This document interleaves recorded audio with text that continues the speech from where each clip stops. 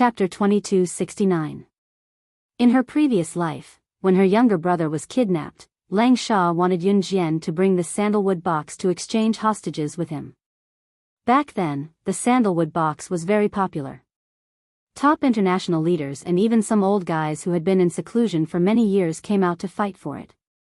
Some of them even hired top secret agents or mercenaries to fight for the sandalwood box even at the cost of their lives. And the sandalwood box was obtained by Yun Jian from Officer Xing rather than a fight. It was more accurate to say that Officer Xing personally knelt and handed the sandalwood box to Yun Jian.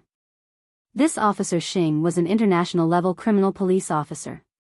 His international status was very high because Officer Xing had captured countless international felons. He had even participated in the arrest of a very powerful 3S level wanted criminal back then. Back then, the sandalwood box fell into Officer Xing's hands. However, this sandalwood box had not been in Officer Xing's hands for long.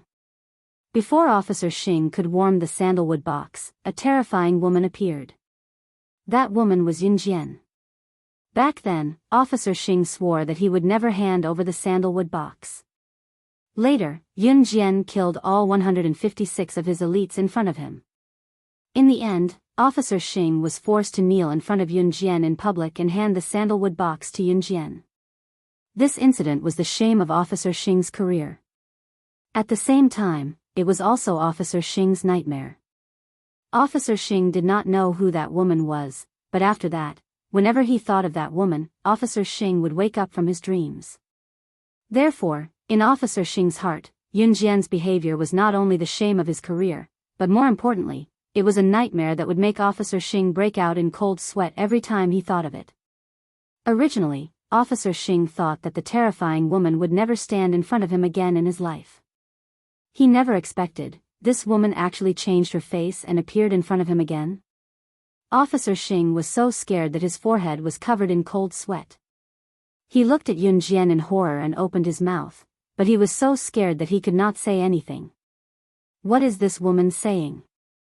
She actually said that our handsome and brave Officer Xing personally knelt in front of her and handed that sandalwood box. Who does she think she is? Southern Sea Guanyin? Slaying God, the #1 on the international secret agent ranking? What a joke. This was really going to make people laugh to death. Officer Xing, let's quickly arrest this thief. An Interpol officer standing next to Officer Xing, who was also Officer Xing's subordinate, suddenly laughed out loud after hearing Yun Jian's words. When he was done laughing, he sneered at Yun Jian with a slightly mocking gaze and spoke with a smirk. Not many people knew that Officer Xing had knelt down and presented the sandalwood box to Yun Jian. At least no one knew about it now, including Officer Xing's subordinates. Hearing Officer Xing's subordinate refuting Yun Jian in such a tone, Jiawei, Eva, and the others instantly breathed a sigh of relief. Especially Jiawei, he rolled his eyes at Yun Jian. At first, he thought that Yun Jian would come up with some tricks to let him get away. In the end, even Officer Xing's subordinates didn't know her. Yun Jian was obviously putting on a show. After rolling his eyes at Yun Jian lazily, Jiawei began to worry about his own situation. Was he really going to be arrested together with Ling Feng? However, just as Officer Xing's subordinate and Jiawei finished speaking, the surrounding people suddenly saw Officer Xing looking at Yun Jian as if he had seen a ghost. His face turned pale and his lips turned pale. Then, he looked at Yun Jian and said in horror, "Please remember the domain name of this book." Mobile version of reading website. Chapter 2270. Officer Xing's lips trembled, and his rosy cheeks turned pale and weak. He looked as if he had seen a ghost. Officer Xing was a very calm and collected Interpol officer. For him to be able to sit in his position today, his strength and ability must be indispensable. And it was such an international police officer that after seeing Yun Jian, Officer Xing's expression changed abruptly. His lips and teeth trembled as if he had seen something extremely terrifying. "Chief Xing, you're..." The subordinate who rejected Yun Jian's request just now stared at Chief Xing blankly after his initial shock. "She's right. She's the terrifying woman who forced me to kneel and beg for mercy." Before Jia Wei could react, Officer Xing let out a huge sigh of relief and admitted it in front of everyone. After saying that, Officer Xing took a deep breath and turned to look at Guiling. He suddenly said apologetically, "Looks like our cooperation has to end. I can't afford to offend this woman. That necklace, if you have the ability, you can fight for it yourself." After saying that, Officer Xing looked at Yun Jian seriously and waved his hand. He waved to his Interpol officers and turned to leave. He didn't even arrest Ling Feng, Jia Wei, Eva, and the others. It seemed that Officer Xing would rather report the crime of losing the necklace to his superiors than continue the confrontation with Yun Jian.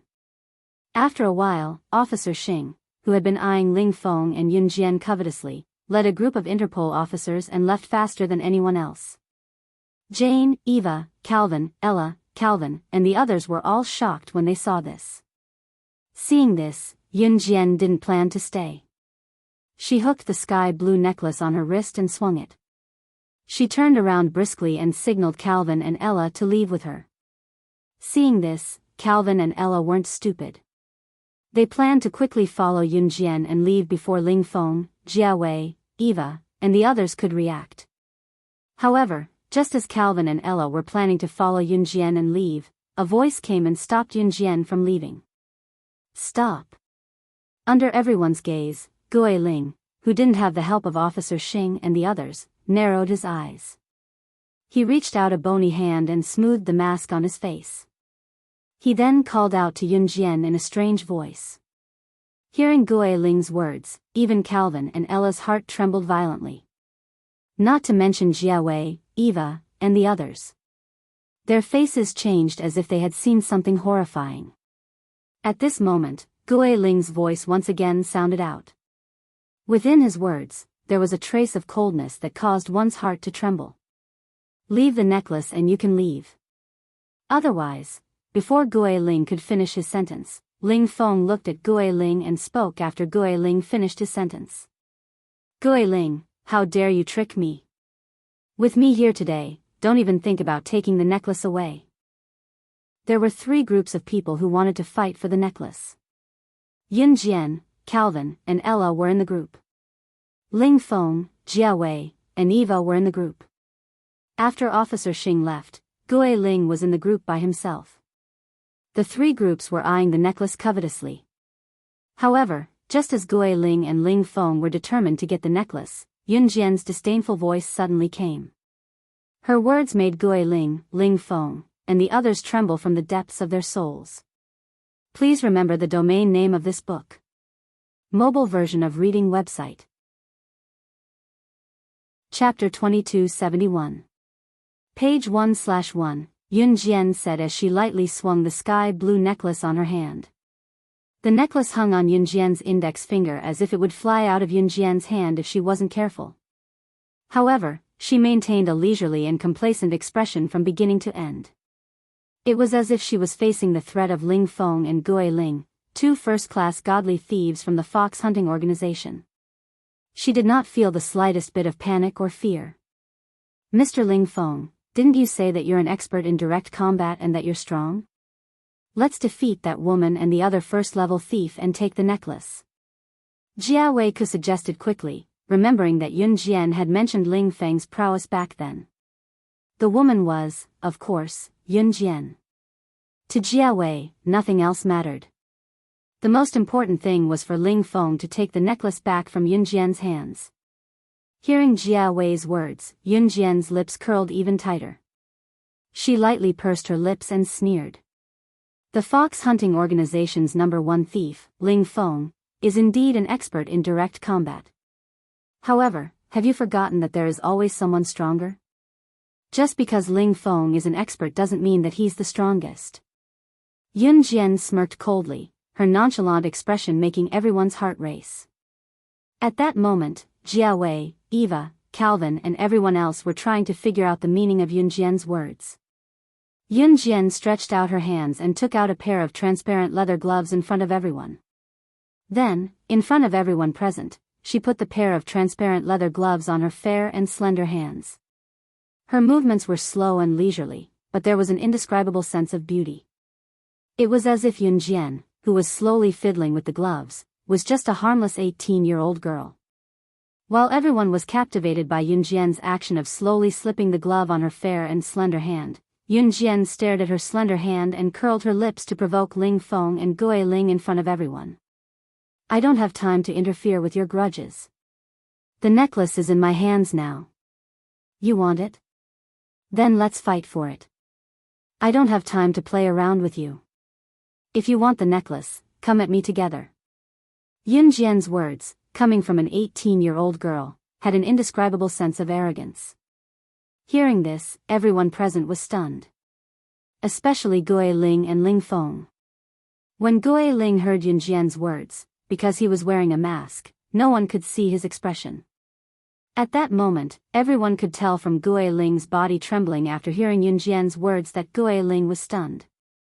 Stunned for a moment, Gui Ling suddenly chuckled and spoke up after Yunjian was done. You're right. Since I've decided to get rid of Ling Feng today, do you think I came here alone? After saying this, Gui Ling suddenly clapped his hands. At that moment, 7 figures suddenly flashed in the dark. In the blink of an eye, these 7 figures appeared in front of everyone. At that moment, there were both men and women among the 7 figures. Most of them were wearing masks and looked exactly like Gui Ling. Seeing the 7 people, Ling Feng was stunned. You guys. Don't tell me. After the 7 people appeared, one of the more muscular men laughed coldly at Ling Feng. Ha! Ling Feng, you didn't expect this, did you? It's not just Gui Ling. There are 9 level 1 godly thieves in the fox hunting organization. Other than you, the other 8 level 1 godly thieves in the fox hunting organization all want you dead. That's right, the 7 people who appeared were the 9 level 1 godly thieves in the hunting fox organization, other than Gui Ling and Ling Feng. The 7 of them, including Gui Ling, all wanted Ling Feng dead. After the man who saw the situation spoke, he glanced at Yunjian from the corner of his eyes and said, at the same time, I'll take care of you, little troublemaker. Ha! How dare you be so arrogant in front of us? Don't you want to live in this world? Translator, Atlas Studios Editor, Atlas Studios. Chapter 2272. This unforeseen event caught everyone off guard. Gui Ling wanting to deal with Ling Feng was already out of everyone's expectations. Now, it had become the case that the other 8 level 1 godly thieves from the hunting fox organization wanted to kill Ling Feng. In other words, the 7 level 1 godly thieves from the hunting fox organization who suddenly appeared had the same idea of killing Ling Feng.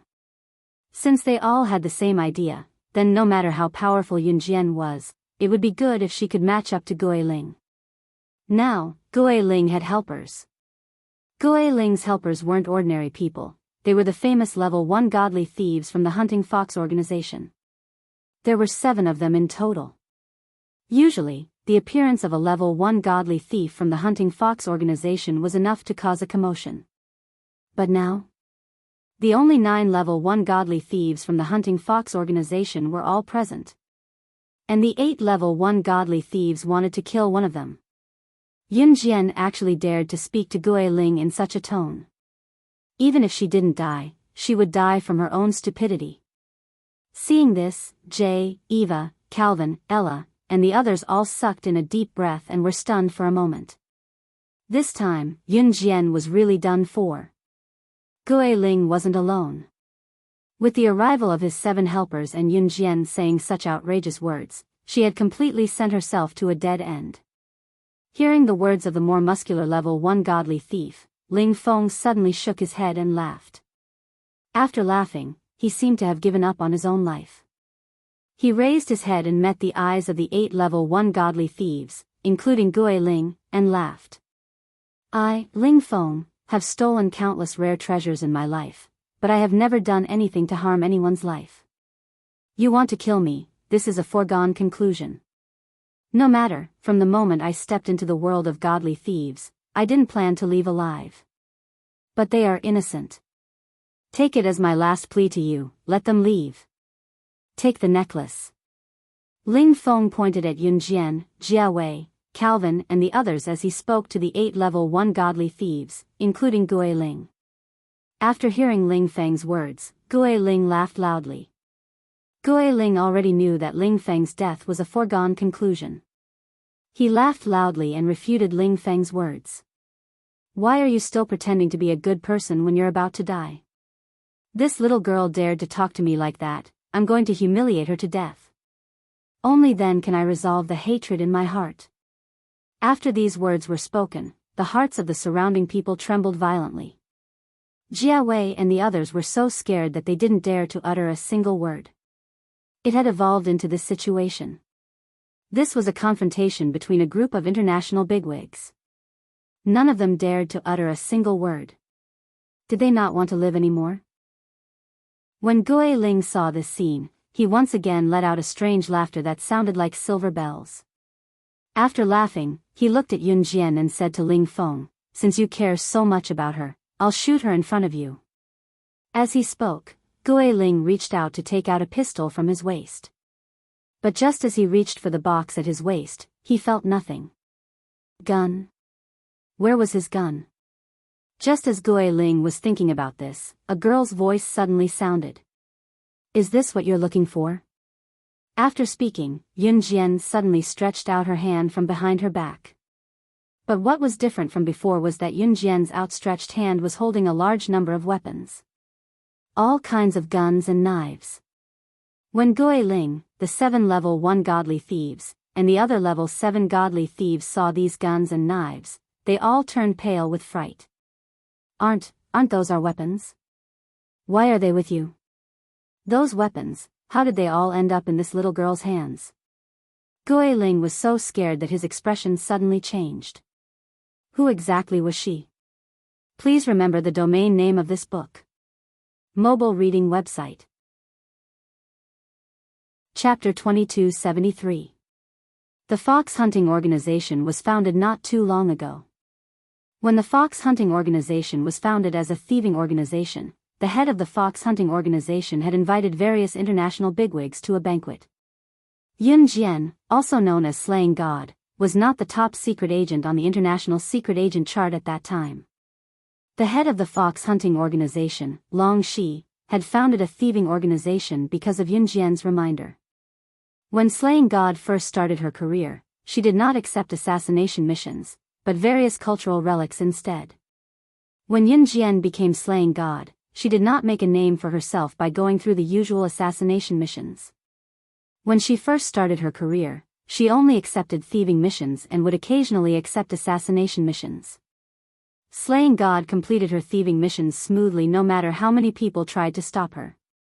She had never failed a thieving mission since she took on thieving missions.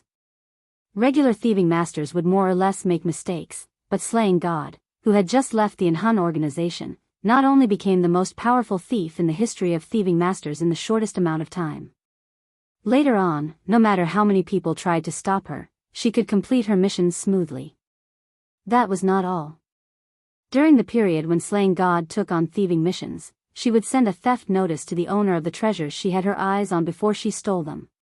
In other words, when she stole a treasure, she had to tell the owner of the treasure that she was here to steal it. If he had the ability, he should be prepared.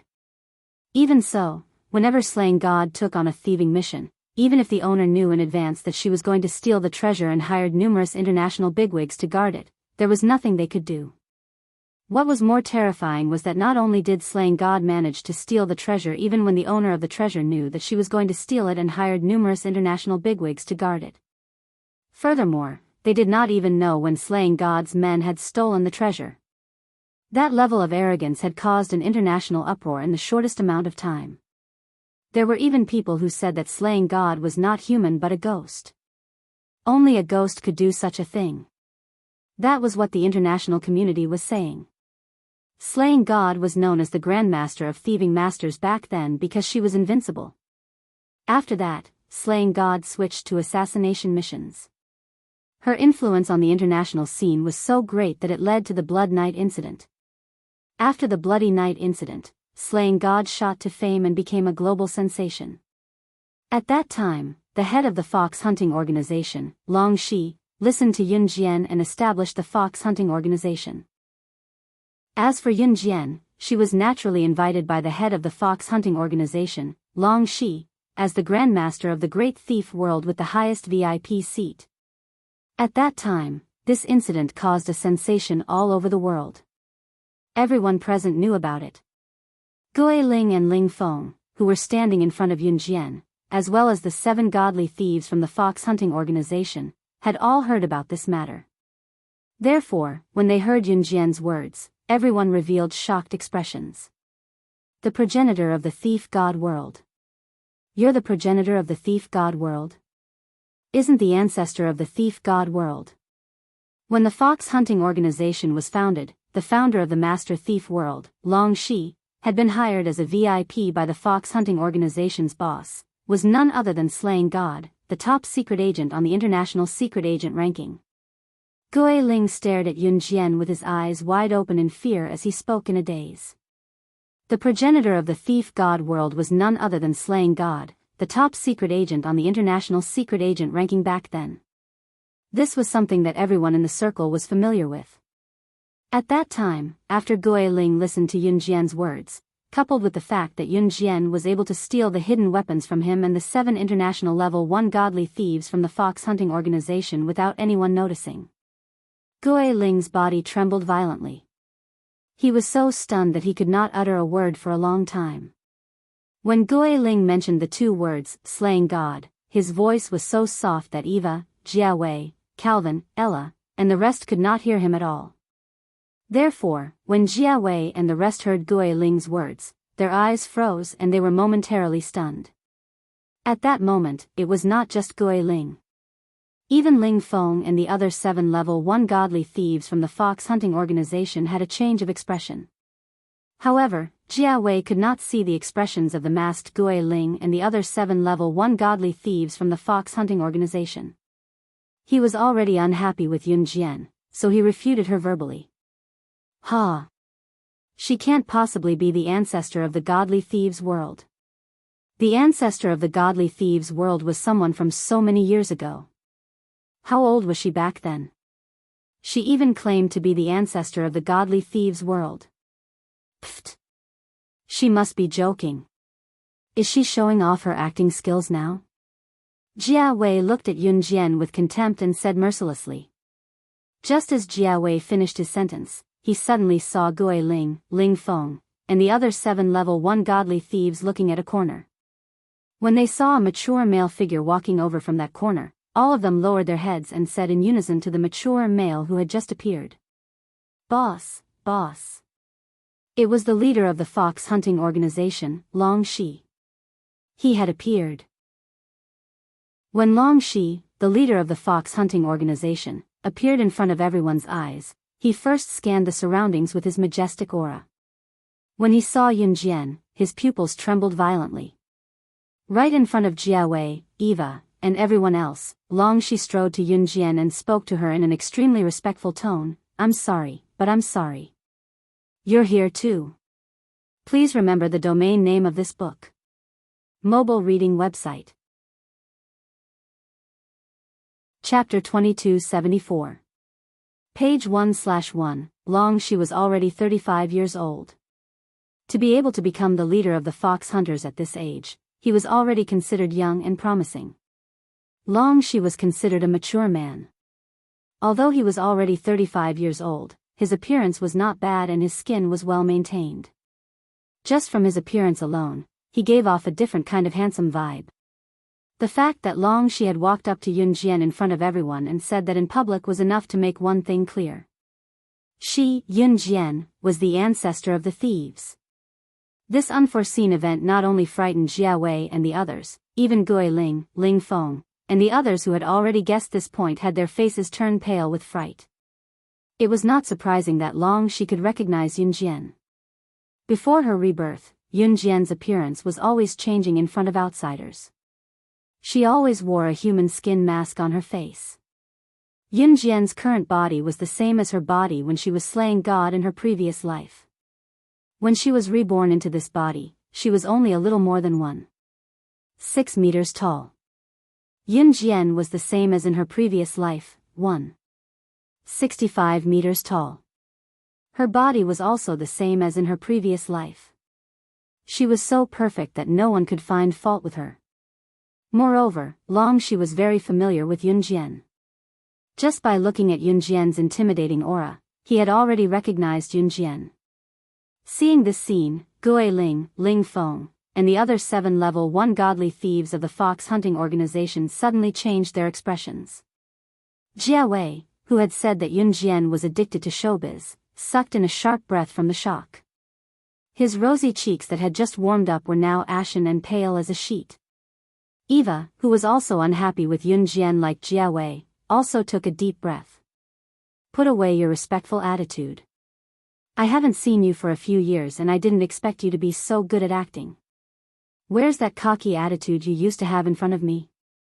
Yunjian glanced at Longxi. She crossed her arms in front of her chest, waiting to see how long she was going to act. When everyone heard this, they couldn't help but be slightly shocked. From what Yunjian said, she seemed to be very close to the boss of the fox hunting organization, Longxi. Heh, don't you seem to enjoy the feeling of being respected and worshipped by others? Tell me, which brats in my organization offended you just now? I'll catch them and cook them for dinner later. After Yunjian said this, Longxi, who had been looking at Yunjian with respect and had even lowered his head to speak to Yunjian with a trembling tone, suddenly seemed to have changed into a different person. He walked up to Yunjian and spoke in the tone of an old friend. As he spoke, Longxi glanced left and right at Guiling, Ling Feng, and the other 7 level 1 godly thieves. He looked as if he had seen his prey. It was as if Yunjian said who had offended her, Longxi would really capture them and cook them. The appearance of the fox hunting organization's boss was something that no one had expected. At that time, Guiling, Ling Feng, and the other 7 level 1 godly thieves were like deflated balloons. They all lowered their heads and didn't dare to say a word. It was only then that Longxi came to Yunjian's side and spoke to her with a grin. Aya, my little S, look at you. It's only been a few years since we last met and you've become even more beautiful. Look at your breasts, your butt. TSK, speaking of which, little S, 4 years ago I said that I would marry you when you grow up. Are you not going to consider it? Sigh, I'm afraid that no one in this world would want such a cruel woman like you. So, do you want to consider obediently coming into my warm embrace? Although I'm a little older, I know how to dote on women. I didn't marry for so many years because I wanted to wait for you to grow up. Come, little S, give me a hug. Little S was the unique name that Longxi used to address Yunjian. 4 years ago, Longxi had told Yunjian that he would marry her when she grew up. At that time, Yunjian hadn't been reborn yet.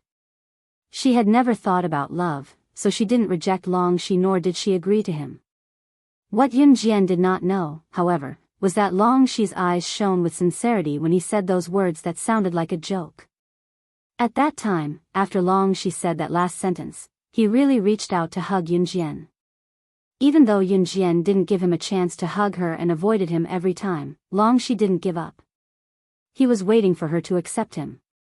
However, before long she could reach out to hug Yunjian, a slender and handsome figure suddenly appeared in front of everyone. In the next second, a slender hand grabbed Longxi's hand that was about to hug Yunjian while a long leg kicked Longxi 10 meters away mercilessly. At the same time, a magnetic and enraged voice boomed out of the blue, "What are you talking about? That's my woman. Stay away from my woman." Translator, Atlas Studios Editor, Atlas Studios. Chapter 2275. Translator, Endless Fantasy Translation Editor, Endless Fantasy Translation, page 1/1. After Longxi was yanked away, he was kicked in the abdomen. As he was in front of Yunjian, Longxi was defenseless and the kick sent him flying 10 meters away. Fortunately, Longxi was strong. Although he was kicked to the ground by the sudden kick, he quickly stood up and glanced sideways at the handsome man who suddenly appeared in front of him. The man was in his early 20s, wearing a black casual shirt and a pair of black casual pants. This black casual shirt and black casual pants gave off an indescribable sense of handsomeness when worn by the handsome man. The simple and light clothes outlined the handsome man's slender figure. Looking from afar, the handsome man gave people the feeling that he was a king who was unattainable. That aura that belonged to a king made Long Shi tremble from the depths of his soul. The most shocking thing for Long Shi was not that the handsome man was younger, taller, more handsome, and more compatible with Yun Jian. It was, the handsome man was wearing a black casual shirt and black casual pants, and Yun Jian was wearing a black tight shirt and black tight pants. Upon closer inspection, the patterns on the shirt and pants, they were exactly the same. Did this mean that the two of them were wearing matching outfits? Long Shi was so angry that he almost vomited blood when he saw this. When Yun Jian, as slaying god, had just debuted, most of the missions she took were for thieves. From then on, Yun Jian knew Long Shi, who was an international thief. What attracted Long Shi's attention at first was Yun Jian's unique skills. When Yun Jian debuted as a newbie, she had looked for Long Shi to work with her a few times. Long Shi had always treated Yun Jian as a younger sister. Because of Yun Jian's unique skills, he had worked with Yun Jian many times. Later on, Long Shi gradually realized that Yun Jian's skills were so strong that it was impossible not to admire her. At the age of 14, she had directly killed the previous boss of Kosha mercenaries. At such a young age, she had become the top secret agent in the international secret agent chart. Her achievements were much higher than his. It was only then that Long Shi realized that he had fallen in love with this girl who was almost 20 years younger than him. That was why Long Shi told Yun Jian that he would wait for her to grow up so that she could consider marrying him as his wife. For the past 4 years, Long Shi had been waiting for Yun Jian. Not only was he waiting for her to grow up, but he was also waiting for her to consider his proposal. Yun Jian at that time did not reject him, nor did she agree to his proposal. Long Shi was still hopeful that she would agree to his proposal the next time he saw her. Long Shi had waited for Yun Jian for the past 4 years. He did not have any contact with any woman. Even the hunting fox organization hunting fox without a second thought. Of Yun Jian translation is translation, fox hunting fox. As Long Shi as Long Shi translation as Yun and as Long Shi since Long Shi translation. Unexpectedly, the hunting fox organization hunting fox was successful. At that time, Ce suddenly appeared beside Yun Jian and held onto the hand that Long Shi had never been able to hold. Long Shi clenched his fist. Your woman. Little S has a man. Why didn't I know about it? He had waited bitterly for 4 years. The moment he saw Ce, Long Shi's heart turned cold. He said hatefully, I don't believe it. Long Shi shouted again before Ce could respond. After that, Long Shi's eyes narrowed as he looked at Ce's unbelievably handsome face and spoke to Yun Jian. What's the matter? Little S, don't tell me you deliberately found a man to put on an act just to reject me? Ce frowned when Long Shi said that. In the next second, Ce grabbed the back of Yun Jian's head and bent his handsome face down in front of Long Shi. He grabbed Yun Jian's mouth and their tongues intertwined. It was a moment later that Ce looked up with narrowed eyes, glaring at Long Shi with his gaze as sharp as an eagle's. He then spoke to the latter in a provocative tone. What are you talking about? Apart from having children, we've done everything else as husband and wife. How can it be fake? Translator, Atlas Studios Editor, Atlas Studios. Chapter 2276. Page 1/1. Ce's provocative words made all the cells in Long Shi's body boil. You actually. Long Shi stood up and glared at Ce with widened eyes as he hissed. The 9 level 1 godly thieves of the fox hunting organization, as well as Jay, Eva, Calvin, and Ella, all stared blankly at the scene before them, unable to utter a single word. Just now, when the 9 level 1 godly thieves of the fox hunting organization were killing each other in front of everyone, no one present could get a word in. Not to mention now. Little S, this is fake, isn't it? Long Shi clutched his heart and looked at Yun Jian in pain. He had waited for her for 4 years. What he got in return was this sentence. However, just as Long Shi finished speaking, before Yun Jian could say anything, Ce once again wrapped his arms around Yun Jian's slender waist. He hugged Yunjian's slender waist from behind and lowered his head to nibble Yunjian's earlobe in front of Long Shi. She looked just like how Ce behaved in front of Yunjian. That wasn't all. Ce bit Yunjian's earlobe and taunted her again in front of Long Shi. He placed his thin lips next to Yunjian's ear and his handsome face remained expressionless. The expressionless Ce was undoubtedly angry. He was angry that Yunjian actually talked to Long Shi just now. When we go home this time, we'll have a baby. The boy will look like me and the girl will look like Xiao Jian. Ce's rich voice echoed in the hall. Even Eva and Ella, who were not young anymore, blushed when they heard Ce's words. Enough. Little S, I only want your answer. Are you related to him or not? Long Shi interrupted Ce. His fists were hidden in his sleeves as if he was heartbroken. Okay. Yunjian gave Long Shi a faint reply. After she finished speaking, she held Ce's hand and said to Long Shi decisively, Sorry, I've never had any feelings for you. If you like someone, you like them. If you don't like them, you don't like them. Yunjian didn't reply to Long Shi because she didn't know what love was. At that time, Yunjian was only a little over 10 years old. Yunjian, who had grown up in Anhan, had no idea what love was. At this moment, she could clearly tell Long Shi that she had never had any feelings for him. After Long Shi heard Yunjian's words, he felt a suffocating pain in his heart. He reached out and covered his head. After thinking for 2 seconds, he suddenly raised his head and said to Yunjian, Little S, are you going to Death Island? I'll go with you. I won't give up. I've waited for you for 4 years.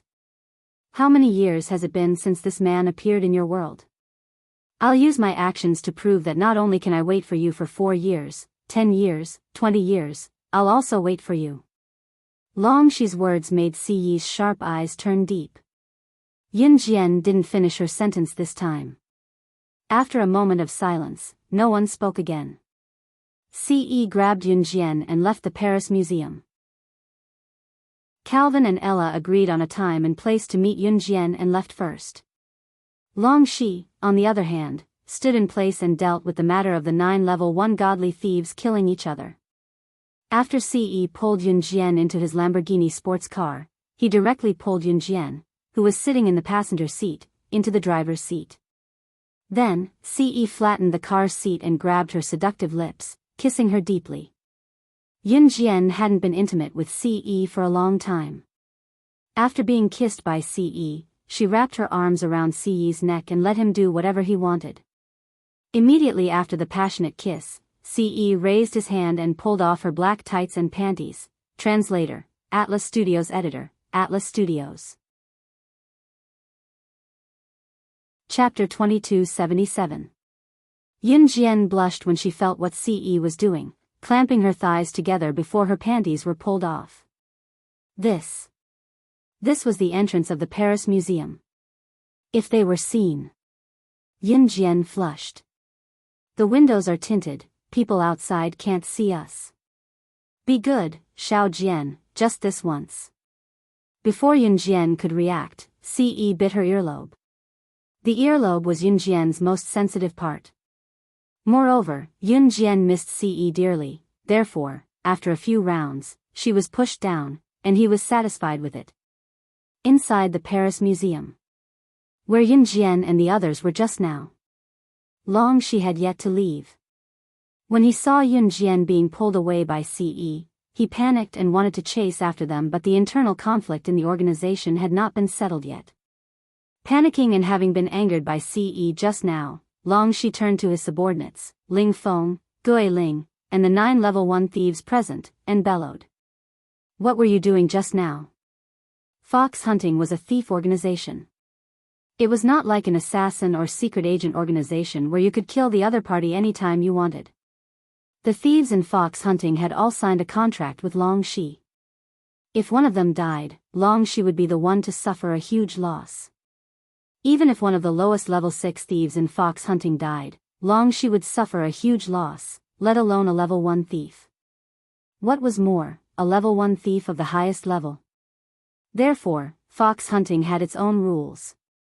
One of the most important rules was that the thieves in fox hunting were not allowed to kill each other or fight openly or covertly. What had he discovered today, though? 8 level 1 thieves in fox hunting had teamed up to go against one of the level 1 thieves and even wanted to kill Ling Feng. Fox hunting's level 1 thieves were afraid of their leader, Long Shi, so all of them lowered their heads and kept quiet. At that time, only Long Shi and the 9 godly thieves from the fox hunting organization were present. Jay, Eva, Calvin, and Ella had all left. Just as Long Shi was flustered and exasperated, Gui Ling suddenly took the lead and asked Long Shi, "Boss, we admit our mistake. We won't do it again in the future. But I want to ask, is that woman really the #1 secret agent in the world?" Gui Ling, Ling Feng, and everyone else had already guessed this, but they still couldn't believe it. That young girl who looked like she was only 18 years old. Was she really slaying God, the #1 secret agent in the world? Other than her, who else could have such an aura? I've known slaying God since her debut. How could I have mistaken her for someone else? Long Shi interrupted Gui Ling before he could finish his sentence. These words caused Gui Ling and the others to take in a deep breath. He gladly accepted this fact. After finally settling the internal conflict in the organization and sending Gui Ling and the rest to reflect on their mistakes, Long Shi walked out of the Paris Museum after ensuring that they wouldn't do anything to Ling Feng in the future. Just as he walked out of the Paris Museum, he saw the window of a Lamborghini sports car rolling down not far away. Through the car window, Long Shi happened to see Yun Jian buttoning the last button of her blouse after packing her clothes. She pushed Ce with a flushed face. Ce's flawlessly handsome face looked straight at Yun Jian with an extremely handsome smile. His starry eyes were fixed on Yun Jian. His hand slipped under Yun Jian's blouse and grabbed a soft spot at close range. At that moment, Yun Jian had already put on her clothes. Long Shi could only see a pig-trotter hand under Yun Jian's blouse. He didn't need to look to know what the two of them were doing in the car. However, that was not all. Before Long Shi could vomit blood from anger, he suddenly saw Ce's handsome lips curling into a sinister smile. In the next second, he lowered his head to kiss Yun Jian's shoulder and neck in front of Long Shi, planting red strawberries one after another. Please remember the domain name of this book. Mobile version of reading website. Chapter 2278. Translator, Endless Fantasy Translation Editor, Endless Fantasy Translation Translator, Endless Fantasy Translation Editor, Endless Fantasy Translation Translator, Endless Fantasy Translation Editor, Endless Fantasy Translation. Long Shi was close to spitting blood when he saw the scene. What did you guys do here just now? When Long Shi saw this, he rushed forward almost instantly. His tightly clenched fists were trembling from anger. All the cells in his body were boiling violently. Ce had already tidied up Yun Jian's clothes. His woman could only be his. He would not allow outsiders to look at her. Ce reached out to tuck Yun Jian's hair and planted strawberries on Yun Jian's shoulders and neck in front of Long Shi. He even stole a kiss on Yun Jian's lips before coldly replying to Long Shi. "I did what I love to do." The sly words did not sound out of place coming from Ce, who was expressionless. It was enough to infuriate Long Shi. Long Shi was already twitching in rage, his pupils constricted. That was not all. Ce paused before reaching out to tuck Yun Jian's hair in front of Long Shi. His starry eyes were fixed on Yun Jian as he continued. The kind that doesn't wear panties. After that, Ce touched Yun Jian's abdomen and uttered words that were enough to make Long Shi spit blood that could shoot him into the sky. Just now, Xiao Jian's stomach might already be carrying my child. Long Shi's face was as dark as charcoal when he heard that. Long Shi clenched his fists so tightly that they overlapped and trembled violently. It was so strong that it felt like he was going to punch Ce in the next second. In spite of it, Long Shi held himself back. Long Shi was a very far-sighted person. Even if he liked a girl and the girl he liked was in the arms of another man, Long Shi would not easily make a move. When necessary, he would even resist telling the other party that he liked the other party. Ce and Long Shi were the exact opposite. Like was like. If anyone dared to touch his woman, he would turn them into trash. Yun Jian did not say anything after hearing Si Yi's words. Instead, she snuggled into Si Yi's arms. Other than blushing a little when she heard Si Yi's words, Yun Jian did not think anything was wrong. What was more, after Si Yi's words, warmth flowed through Yun Jian's heart. Miss S, even if that's the case, I won't let you. I don't care if you're with a man or not. As long as you're willing, my arms, I don't believe that this man loves you more than I do. I will prove it with my actions. Words. Long she could no longer bear to see Ce and Yun Jian in each other's arms. He turned to leave after telling Yun Jian this solemnly. Long she had never told Yun Jian that he loved her. Even when he told Yun Jian that he would marry her when she grew up, it was only a joke. Yun Jian did not expect Long Shi to be so persistent. Back then, Yun Jian merely blinked when she saw it. Yun Jian had always been an idiot when it came to relationships. Therefore, she did not feel much when she heard Long Shi's words. Her heart was small and only belonged to Ce now. In the middle of the night, Ce brought Yun Jian to a snack bar that was open all night for a meal. Slaying God would always find a snack bar to have a meal after a mission to relieve her stress. After receiving the sky blue necklace today, Ce had a thorough understanding of Yun Jian's fetishes. Ce did not only love her as a person or her body. He loved every bit of her, including her likes and dislikes, from everything she liked to eat to the little fetishes.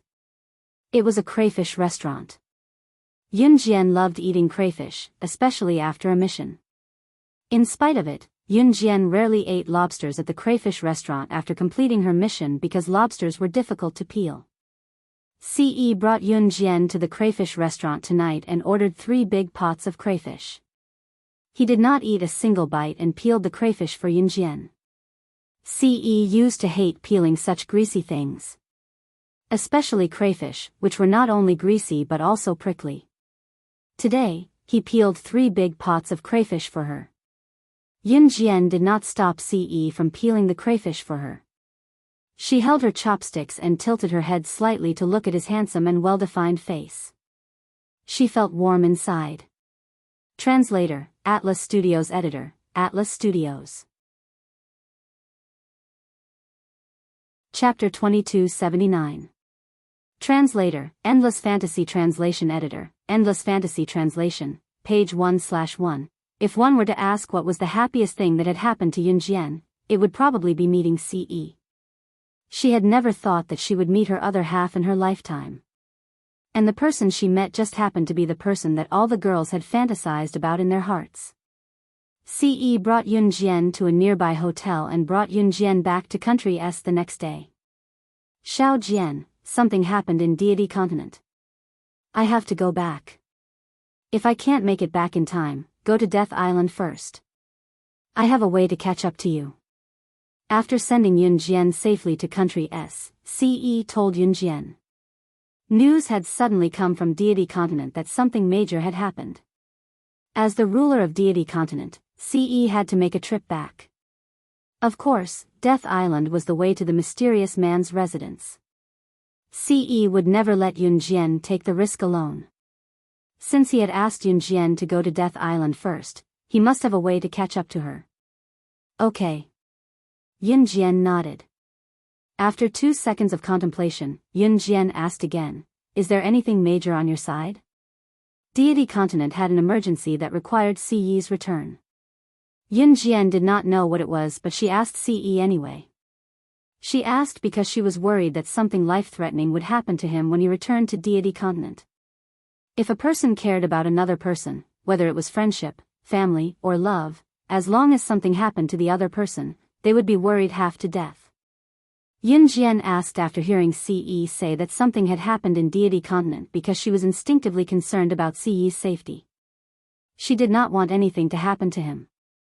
Hearing Yun Jian's words, Ce smiled and reached out his large hand to press Yun Jian's head, caressing it gently. His eyes, which were usually as sharp as a sword and could kill people, instantly became gentle when he looked at her. Xiao Jian, don't worry. I'm fine. Ce then patted Yunjian's head. Ce then bent down to steal a kiss from Yunjian's soft lips, a satisfied smile spreading across his handsome face. Don't let the fox hunting organization's leader get close to you. I'll be jealous. Ce was straightforward. With that, Ce bent down again and kissed the lips that he had been yearning for day and night at the spot where passers-by would pass by occasionally. Okay, Yunjian, who was kissed so many times by Ce, nodded at Ce in agreement, her cheeks blushing slightly. Although he would often do some embarrassing things to her now, such as leaning down and kissing her casually, she was not afraid to say it out loud. She just liked it and enjoyed it very much. After Ce left, Yunjian came to a snack bar near a pier by the sea in Country S.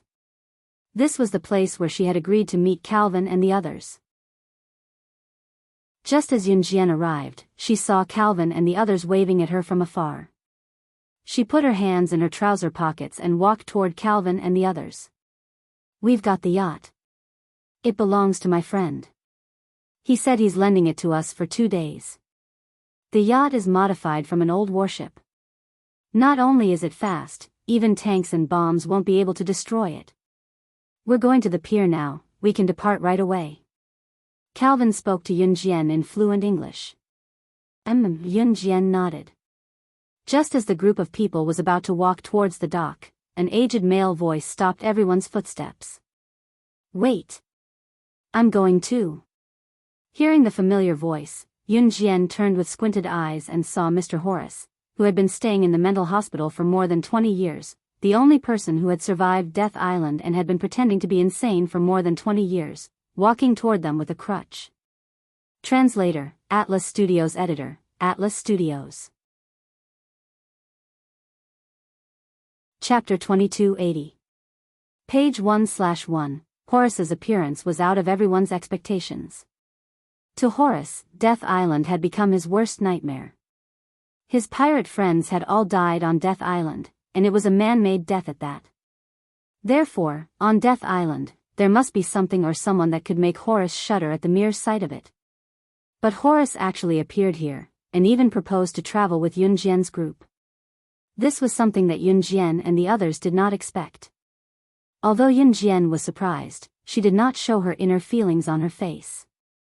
At this moment, Ella saw Horace walking towards them with a walking stick. She was stunned for a moment, but after recovering from her shock, Ella quickly went over to support Horace, who was not tall, only 1.6 meters tall, and had a very skinny body. Grandpa Horace, why are you here? Ella asked after supporting Horace. Yes, Yunjian has already promised to avenge you. Do you still want to go? Calvin asked after hearing Horace's words. From Yunjian's performance in the Paris Museum, the fox hunting organization's leader seemed to be very familiar with her. Also, she was actually the founder of the Thief World. Although Calvin, Ella, and the others did not know Yunjian's exact identity, they could already guess that Yunjian's identity was definitely not ordinary. Yes, I want to go personally. Actually, when I left Death Island, it was not only because I was afraid that someone would set foot on Death Island again, it was also because I was afraid. For the past 20 years, I have been living in the condemnation of my conscience. Because of my fear, I was afraid that I would set foot on Death Island again. Therefore, I would rather play the fool. I was afraid. I was terrified. I did not dare to go to Death Island, let alone avenge my dead brothers. But today, I have thought it through. I want to go to Death Island myself, I want to avenge them. I can't endure this kind of life anymore. I'd rather throw away my remaining life on Death Island than continue living in this world. Horace had made up his mind. When the others heard this, they could see Horace's inner struggle. Yes, when Horace was young, he had escaped from Death Island after experiencing the hellish terror of Death Island. The reason he played the fool was not only to prevent international people from going to Death Island again. The main reason was that he was afraid that others would force him to lead them to Death Island. Even though his brothers had died on Death Island, he still did not dare to go there again. He did not even have the courage to avenge his brothers. For the past 20 years, Horace had been living with the guilt of not being able to avenge his brothers. He was the only one who had managed to leave Death Island alive, but he had left the corpses of his brothers behind in that terrifying place. It had been 20 years. Horace had finally thought it through. He wanted revenge. To avenge his dead brothers. Even if I die in that place, I don't want to suffer the pain and despair of my conscience. Everyone was of Death Island was Death Island. After all, Horace had been to the Death Island before and was unfamiliar with the place. The group says, "It's over there." Calvin led the group to his yacht. When they arrived at his yacht, Yun Jian saw Jay, Eva, and the others who had snuck away from the Paris Museum. There were no less than 500 people gathered at the dock, each of them carrying all kinds of weapons, blocking Calvin's yacht. "They're here. They're here. They have the necklace that is crucial for going to Death Island. Stop them, don't let them leave." When Jia Wei saw Yun Jian, he was slightly afraid, but he still stood on the high ground and pointed at Yun Jian to the almost 500 people behind him as he spoke loudly. After saying this, Jia Wei shrank back in fear and retreated to the back of the 500 people. These 500 people were obviously seeking thrills, international people who had been looking for Death Island for many years. Some of them were even willing to hurt others to achieve their goals. Jay was afraid of Yun Jian, so he gathered these people to block Yun Jian's. He planned to force Yun Jian to bring all of them along. Otherwise, no one would be able to go to Death Island. Translator, Atlas Studios Editor, Atlas Studios. Chapter 2281. After saying that, Jia Wei slipped behind the 500 people.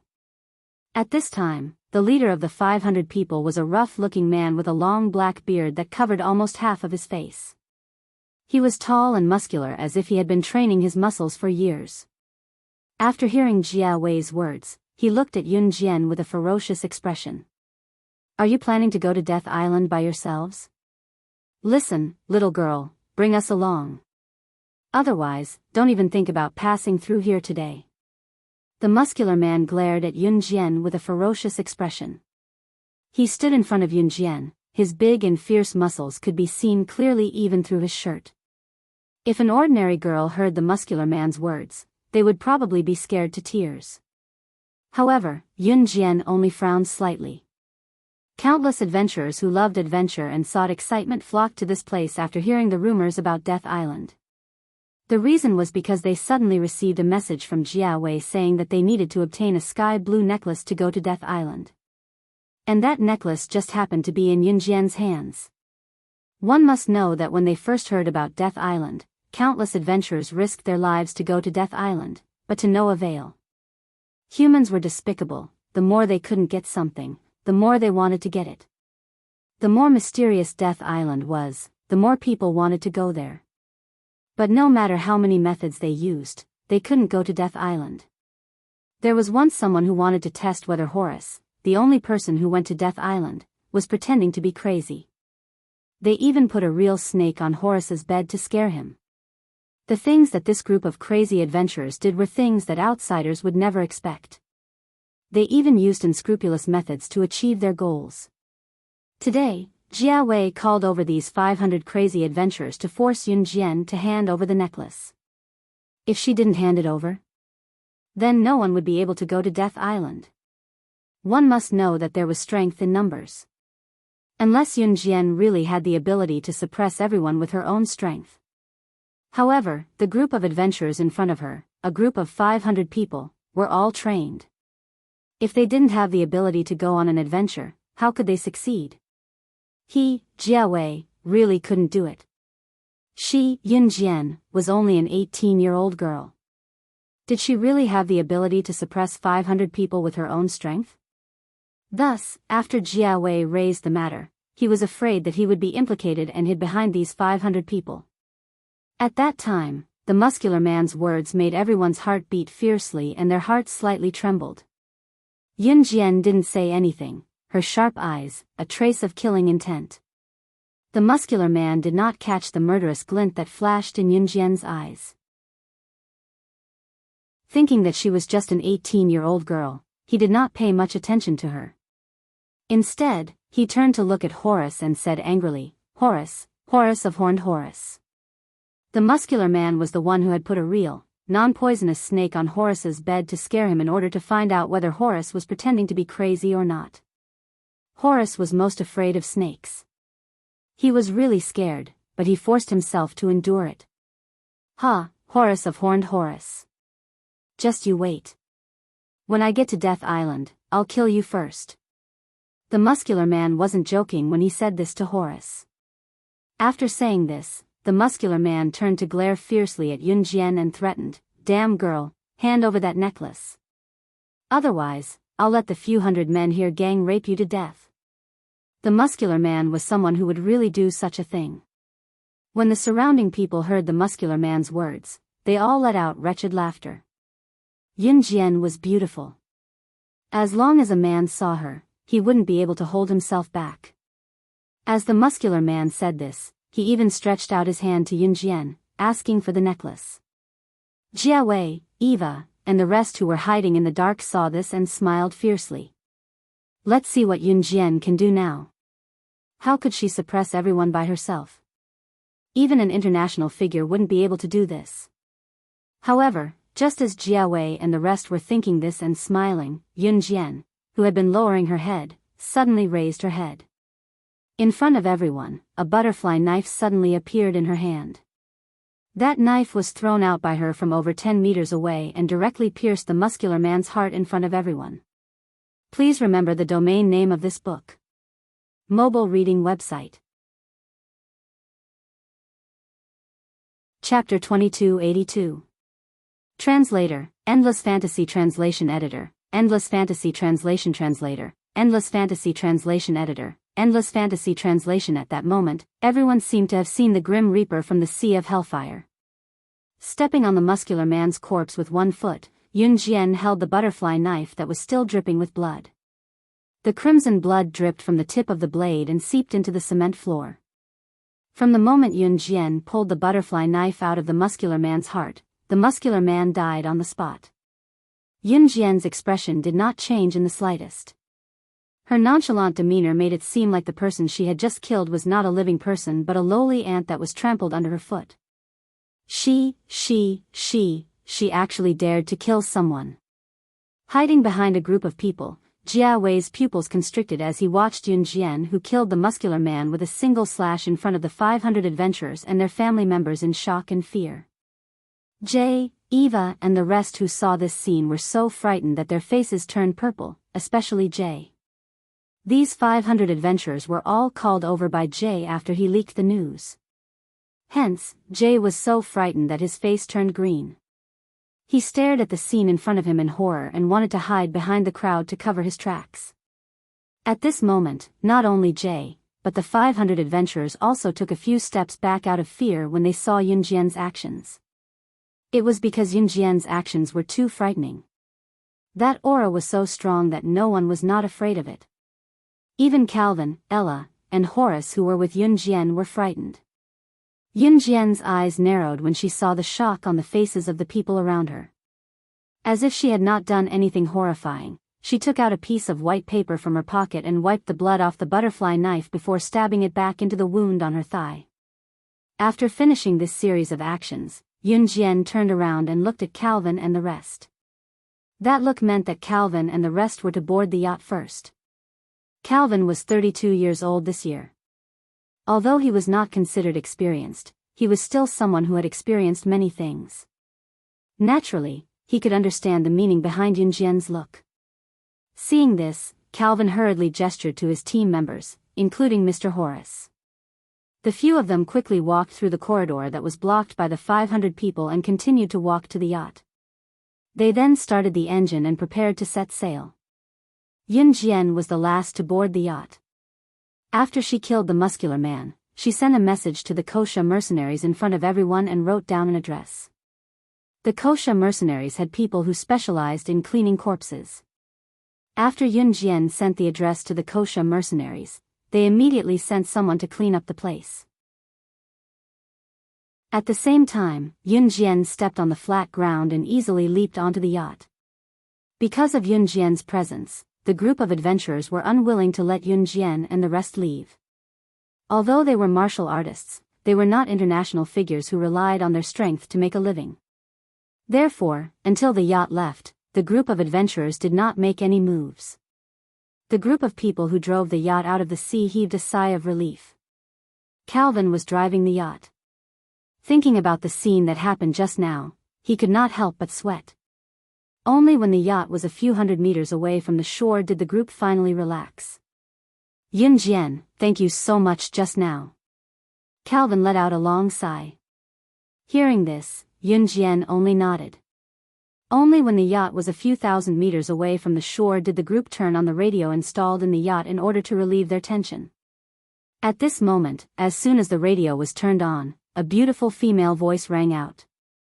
This beautiful female voice said the news of the day that made everyone's heart tremble. Today, there have been cases of missing persons in Country S. The police are still investigating. If there is any specific information, we will broadcast the latest news as soon as possible. Top reading website, M. Chapter 2283. Translator, Endless Fantasy Translation Editor, Endless Fantasy Translation, page 1/1, S Country? Wasn't the coast they were sailing on, within S Country's borders? As they boarded the yacht to Death Island, they turned on the radio and heard the shocking news broadcast. Everyone was shocked. What? What kind of news broadcast is this? How could they report such a strange incident? Do they know that we are going to explore Death Island? One of Calvin and Ella's companions shuddered when he heard the news. He walked over and turned off the radio before sitting down. The man who spoke was 21 years old, 11 years younger than Calvin. His name was Fei Lei. Fei Lei was young and wasn't as steady as Calvin. He wasn't like Horace, who had lived for almost his entire life. Under such an atmosphere and hearing such a news broadcast, young people loved to overthink. Therefore, at this moment, Fei Lei shuddered deeply. Fei Lei was considered handsome in the eyes of foreigners. He had thick eyebrows, big eyes, and a high nose bridge. He had the face of a typical young foreign male. However, under such an atmosphere, Fei Lei's words seemed to lack masculinity. Horace, on the other hand, was stunned when he heard the news. However, he quickly regained his composure and tried his best to suppress the fear in his heart before anyone else noticed his horror. It was as if he was recalling something that made his hair stand on end. No one noticed Horace's action. Yun Jian, who was sitting on the deck of the yacht, had one leg on the ground and the other leg raised. She was sitting lazily on the railing of the yacht. She narrowed her eyes and saw Horace's expression change. He immediately suppressed the fear in his eyes. However, Yun Jian didn't say anything. The yacht has been changed to an automatic mode. We have stored enough rations to last us for a month. Now, we should plan our route to Death Island. Calvin, who had been sitting in the control room all this while, walked out at this moment and came to the front of everyone. Mr. Horace, I'll have to trouble you to recall the situation on Death Island. Then, we can make a plan. Calvin was very clear. He stood in front of Horace and spoke to him in a very sincere tone. Horace was silent for 2 seconds. 2 seconds later, Horace placed his hand on his forehead and frowned. The next second, Horace pinched his forehead with one hand and shook his head slightly. Only then did he raise his head and say to everyone, "What's the matter? The island of death is just like its name. Anyone who enters the island will definitely die. Back then, we weren't the only ones who mistakenly entered the Death Island. I was the only one who left the Death Island alive. The island of death was just like its name. Anyone who entered the island would die without a doubt." Finding this sky blue necklace was not the only way to get to Death Island. However, with this sky blue necklace, no matter which direction you go, this sky blue necklace will lead you to Death Island. If someone who didn't want to go to Death Island got this sky blue necklace, it would be the same as being sent to the road of death. Just like the old pirate Horace and his friends 20 years ago, they accidentally entered Death Island. So what exactly is in that Death Island?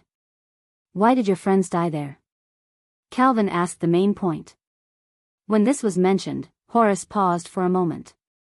Then, in front of everyone, he spoke with a terrified expression. There is a huge man-eating monster on Death Island. That monster is 10 times bigger than a tiger or lion. Whenever the people who live on Death Island catch someone alive, they will feed that person to the monster in front of everyone. Then, the monster will swallow that person alive. Translator, Atlas Studios Editor, Atlas Studios. Chapter 2284. Page 1/1. In short, the people who lived on Death Island were also humans from Earth. However, they were bloodthirsty and murderous. They never treated living outsiders as humans. Whenever they caught a living person, they would tie them up and bring them directly to the big monster, which was far larger than any ordinary creature on Earth. They would let the big monster swallow the living person alive. Some people were even grabbed by the giant monster and had their heads bitten off in one bite, their bodies, hands, and feet bitten off in the other. The miserable state of his death was something that no one could accept. Hearing Horace's words, everyone present felt their scalps go numb, and their hearts trembled. Then, your friends are. Even Calvin, who had always been calm and collected, couldn't help but feel his heart skip a beat when he heard Horace's words. That's right. When we first arrived at Death Island, we were caught by the group of humans who lived there. It was only later that we found out that they were feeding the monster with live humans. My friends were all bitten to death by that big monster on the spot. That big monster ate my friends and spat out their bones in front of everyone, Horace interrupted Calvin. At this moment, Horace's fists were clenched tightly, and he was so scared that he couldn't move. His mind was replaying the scene that made him tremble with fear. This world, there's actually such a monster. What kind of god is it? When the younger fellow heard Horace's words, his body trembled violently, and his face turned pale. Horace was silent for a long time. It was as if he was trying to adjust his state of mind. After a while, Horace finally adjusted his state of mind. He heaved a sigh of relief, and then gently wiped away the cold sweat on his forehead, and said to Felix, I don't know what kind of god that monster is, but when I first saw it, I was really scared out of my wits. That monster was 10 meters tall, and as tall as a 3-story building. Its body was extremely sturdy, and it was bound by the group of people on Death Island. After I left Death Island, I went through all the information about the species on Earth, but all the species on Earth were completely different from that big monster. It was just like the hell in the legends. Everything on the island has transcended nature and the world. Horace's words reverberated throughout the hall, causing everyone to tense up once again. I'm a little scared. Ella tugged at the leather jacket on her upper body and shrunk back in fear. Don't panic. Before we came here, I asked someone to get us some weapons, guns, ammunition, and the like. Everyone should carry some with them before we set foot on the island. Even if something really happens, we can still protect ourselves. Calvin said as he patted Ella's back. Hearing that Calvin was armed, Ella heaved a huge sigh of relief. The big monster you mentioned, is it that it has a head like a bull's horn, a body like a tiger's, and hooves like a horse's, but is more than 10 times larger than all the creatures on Earth? Just when everyone was in a state of panic, Yun Jian, who had been silent all this time, suddenly said this. After she finished speaking, everyone turned to look at Horace. Horace's eyes widened abruptly when he heard what Yun Jian said. He looked at Yun Jian in shock and exclaimed in front of Calvin, Ella, and everyone else's horrified gazes, I'm sorry, but I'm sorry. How did you know? Translator, Atlas Studios Editor, Atlas Studios. Chapter 2285. After hearing Horace's words, everyone stared at Yun Jian in shock. They wanted to get an answer from Yun Jian. How did Yun Jian know what the monster on Death Island looked like? She had never been to Death Island. How did she know what the monster on Death Island looked like? Horace himself was staring at Yun Jian in shock and fear. It was as if he wanted to stare a hole into Yun Jian's body. How did she know what that monster looked like? Under everyone's gaze, Yunjian's lips curled up. She smiled coldly and said, "I guessed." "You guessed it so accurately." Fei Lei glared at him and took the lead to speak. After Fei Lei said that, Yunjian didn't say anything else. Everyone could only let it go. Seeing Yunjian like that, she definitely wouldn't want to say anything else. At that moment, Yunjian was still sitting on the deck of the yacht. She placed one hand lazily on her lap and narrowed her eyes. Her thoughts drifted far away. According to Horace's words, Yunjian could roughly guess the identity of the monster. The monster must be a demonic beast from the myriad continents. As for why it was on Death Island and why the group of people fed it with living humans, it was still a mystery to Yunjian. After sailing for about 5 hours, the surroundings didn't change. After the sun set, everyone slept in a few rooms on the yacht at night.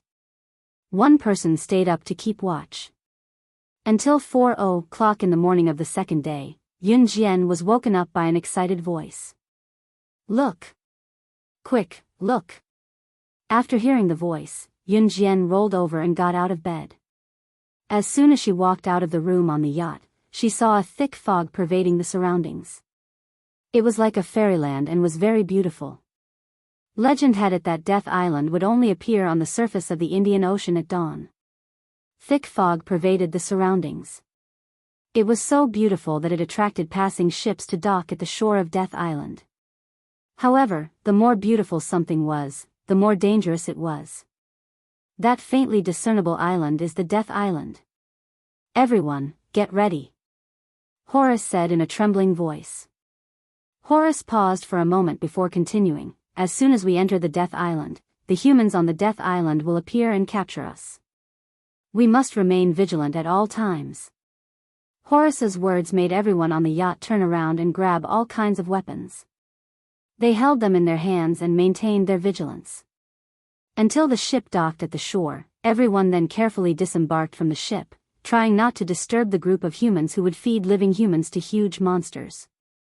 Horace, Calvin, and the others were extremely cautious, as if they were afraid of disturbing the monsters on Death Island. However, just as Horace, Calvin, and the others were being extremely cautious, Yunjian jumped off the boat and walked towards Death Island in an extremely lazy manner. She didn't seem to be afraid at all. What was more surprising was that Yunjian purposely made heavy footsteps with every step she took. It was as if she was afraid of being discovered by the terrifying group of humans on Death Island. "Yunjian, be careful. We will be discovered." Even Calvin couldn't help but sweat when he saw that. His expression froze. Who knew that Yunjian, who was standing in front, narrowed her eyes and a strange light flashed across her eyes. She said indifferently, "It's too late. We have already been targeted. Please remember the domain name of this book." Mobile reading website. Chapter 2286. Page 1/1. Horace was the first to be taken aback by Yunjian's words. Calvin, Ella, and Fei Lei were next. After being stunned for a moment, everyone's slightly trembling faces instantly turned as pale as a sheet of paper. "We were discovered so quickly?" Fei Lei was shocked. His eyes were wide open, and his mouth was so wide that his chin could touch his shoulders. He shouted in horror. Although the people around him were afraid, they didn't show it on their faces like Fei Lei, who was trembling with fear. Yunjian, who stood in front, narrowed her eyes. "Put down your weapons and let them catch you." When Horace, Calvin, and the others clenched their weapons tightly and saw the group of humans walking towards them from all directions of Death Island, they were so scared that their scalps turned numb and their palms started to ooze cold sweat. Yunjian's calm and short voice sounded. Only Horace, Calvin, and the rest could hear it. Hearing this, Fei Lei, who was standing behind Calvin, narrowed his eyes and whispered to Yunjian, "You're crazy. That group of people. After the group of people captured them, they would do what they did to Horace's friends. They would bring them to the monster and then let the monster eat them on the spot." But Yunjian actually asked them to put down their weapons. Were they tired of living? However, before Fei Lei could finish his words, Calvin's deep male voice sounded, "Listen to her." Calvin was the leader of the group, and even Fei Lei had to listen to him. Therefore, after hearing Calvin's words, Fei Lei put down his gun despite his fear. At that moment, the group of people from Death Island was already standing in front of Yunjian's group. This group of people was no different from the humans on Earth, and they weren't the barbarians on Death Island. They also spoke English, which was commonly used on Earth. Yunjian and the others did not resist. The group of people tied up Yunjian and the others and brought them to the place where the monster was tied up. This was an open field beside a hillside. After Yunjian and the rest were brought here, they saw a huge monster entrenched in the ground not far away. Perhaps it could be said that this was a gigantic magical beast. That fiend beast was 3 stories tall, with a head like a bull's horn, a body like a tiger, and feet like a horse's hooves. It was dozens of times larger than the creatures on Earth. Without a doubt, it was a magical beast from the myriad continents. At the same time, the gigantic magical beast's limbs were bound by thick and large chains, restricting its range of movement. What made Yunjian puzzled was, why would this magical beast from the myriad continents be controlled by this group of humans? Just as Yunjian narrowed her eyes at the scene before her, the leader of the group of people who had tied up Yunjian and the others suddenly pointed at Yunjian and Ayla and ordered his subordinates, "Make more breakfast for Fiend Beast. Give Lord Magic Beast some more breakfast, just those 2 girls." The leader of this group of people who lived on Death Island was called Berkey. Below Bogey's cheeks was a very thick beard that almost covered his entire face, making it impossible for outsiders to see Bogey's appearance. Only a pair of deep, dark eyes could be seen. Even Berkey's age was unknown to everyone present. At this moment, Ayla, who was called out, instantly turned pale with fright. "What? Me?" Ayla glanced at the magical beast in the distance. In the distance, the demonic beast was using its claws to grab a person who was struggling in fear. Just like that, the demonic beast sent the person into its huge mouth and swallowed the person who was crying and begging for mercy. The person was so scared that blood was flowing out of his body. Not long after, the magical beast's mouth began to bleed. After chewing for a minute, the magical beast swallowed a pile of bones in front of everyone. A living person was gone just like that. Ayla almost fainted at the sight of this scene. Calvin, Felix, and the others were so frightened that their faces turned pale and their lips trembled. The calmness that they had previously retained was now completely out of control. No wonder after leaving Death Island, Horace would rather pretend to be dead than return to Death Island. Every time the matter of Death Island was mentioned, it was as if he had recalled something terrifying. Because back then, Horace watched helplessly as his friend was sent into the mouth of that gigantic magical beast. That feeling of helplessness was simply unimaginable to outsiders. No. No, no, no. I don't want to die. I don't want to die. Ayla was so frightened that she struggled to escape. I want to go home. I don't want to stay in this damned place. I want to go home. But it was useless no matter how much she cried. Soon, someone came over to suppress Yunjian and Ayla and walked towards the magical beast. Only after pushing Yunjian and Ayla towards the magical beast did Berkey's subordinates quickly retreat. At this moment, the magical beast had already habitually scooped up Yunjian and Ayla with both hands and was about to send them into its huge mouth. Translator, Atlas Studios Editor, Atlas Studios. Chapter 2287. Page 1/1, No. Ayla. Ayla. That Yunjian told us to put down our weapons, shouldn't she have a way? Is she trying to kill us on purpose? We didn't mistreat her along the way. How could she do this? Ayla. No, no. Looking at the fiend scooping up Yunjian and Ayla and feeding them to its mouth, Fei Lei's eyes widened at the thought of the innocent person being devoured just like that. He let out a final cry of despair. Even Calvin, who had always been calm, seemed to have lost his composure at this moment. He was stunned by the sudden turn of events, and couldn't return to his senses for a long time. At this moment, Calvin, Felix and the rest finally understood Horace's heart that was on the verge of collapse. Seeing their little companions being sent into the mouth of a huge magical beast, and in the next moment, becoming a pile of bones like that innocent person, everyone was really panicking. The leader of this group of people who specialized in capturing people to feed the magical beast, Boji, was used to such scenes. He stood in place, listening to his subordinates beside him exclaim in surprise. "Boss, once the Lord Magical Beast eats these two women, it will have eaten 10,000 people. Once the Lord Magical Beast has eaten 10,000 people, it will listen to your orders. At that time, let the Lord Magical Beast open the passage to the myriad continents. You can borrow the Lord Magical Beast's hand to become the ruler of the myriad continents." That's right, Boji and his subordinates were stationed at Death Island to capture people alive and offer them to the magical beast to eat. And Boji and the rest were just ordinary humans. 25 years ago, Boji and the rest were just a group of pirates drifting in the Indian Ocean.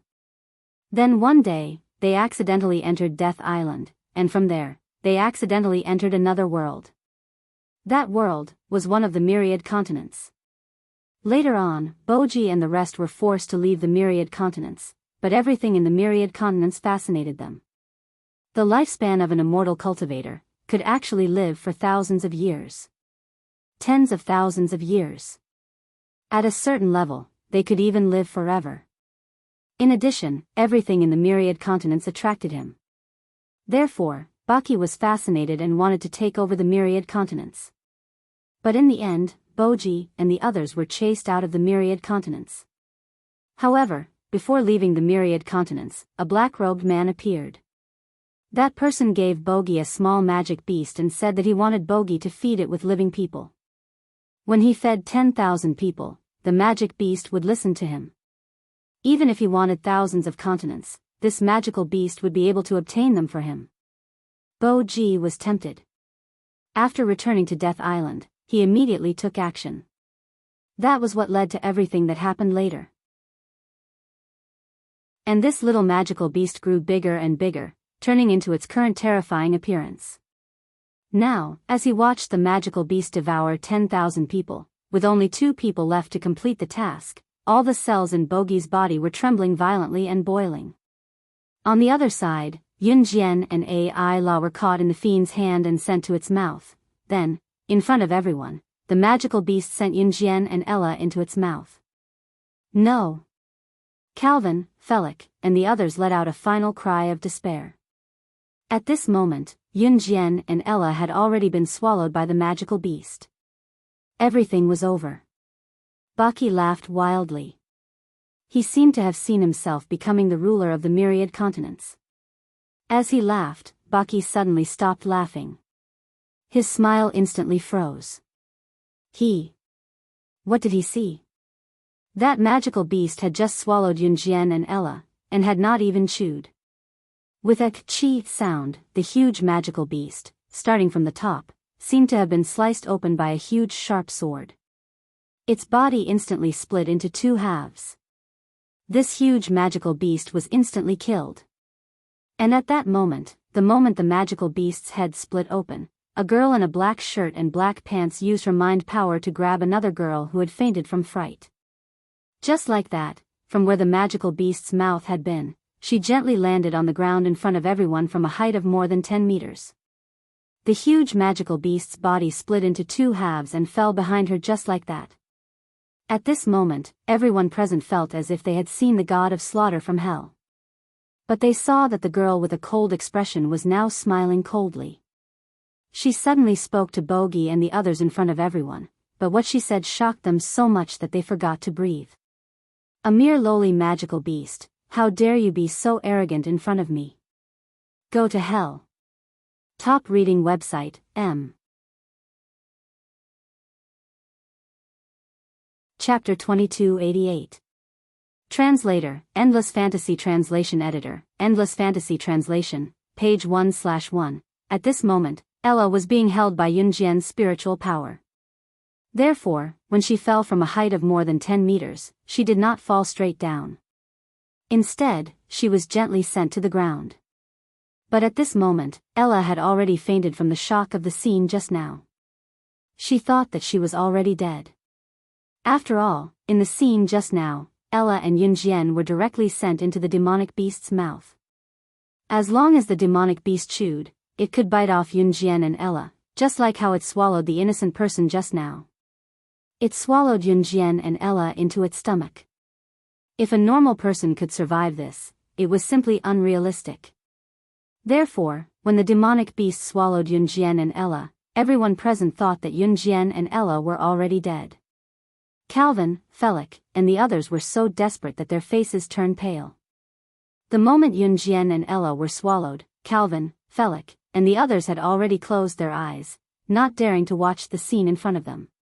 But what they did not expect was that, the moment Yunjian and Ella were swallowed by the demonic beast, starting from the top of the demonic beast's head, the demonic beast's entire body was instantly torn into two halves as if it was pierced through by a huge sharp sword. Yunjian and Ella also successfully escaped from danger. However, the most shocking thing was not this. But, when Yunjian landed, she actually used her spiritual power to grab the unconscious Ella in the air. This means that the demonic beast's death was also caused by Yunjian. Who exactly is this Yunjian? She actually has the ability to tear the demonic beast's body into two halves after being swallowed. Calvin, Felix, and the others who saw this scene widened their eyes in horror. Horace, who thought that Yunjian and Ella were doomed, also looked at the scene in front of him in horror, unable to recover for a long time. Boki, who felt that he was about to succeed and that he was about to make that huge magical beast listen to his orders and lead him to the myriad continents, widened his eyes fiercely when he saw the scene. In that second, Bogi's expression changed drastically. He looked at the scene in front of him in horror. His face instantly paled as if he had seen something that was shocking and impossible. Could it be that you are from the myriad continent? But that was impossible. This was impossible. This was impossible. That person said that even if it's the people of the myriad continent, there's absolutely no one who can kill this magical beast. Who are you? Bogi's face suddenly paled, as if he had seen something unbelievable. He stared at Yunjian in shock and fear, all the cells in his body trembling and boiling. That person was naturally the black-robed man who had raised Bogi's little magical beast. This is impossible. Could it be that you're from God's continent? But if the people of the God's continent want to leave, it's not that easy.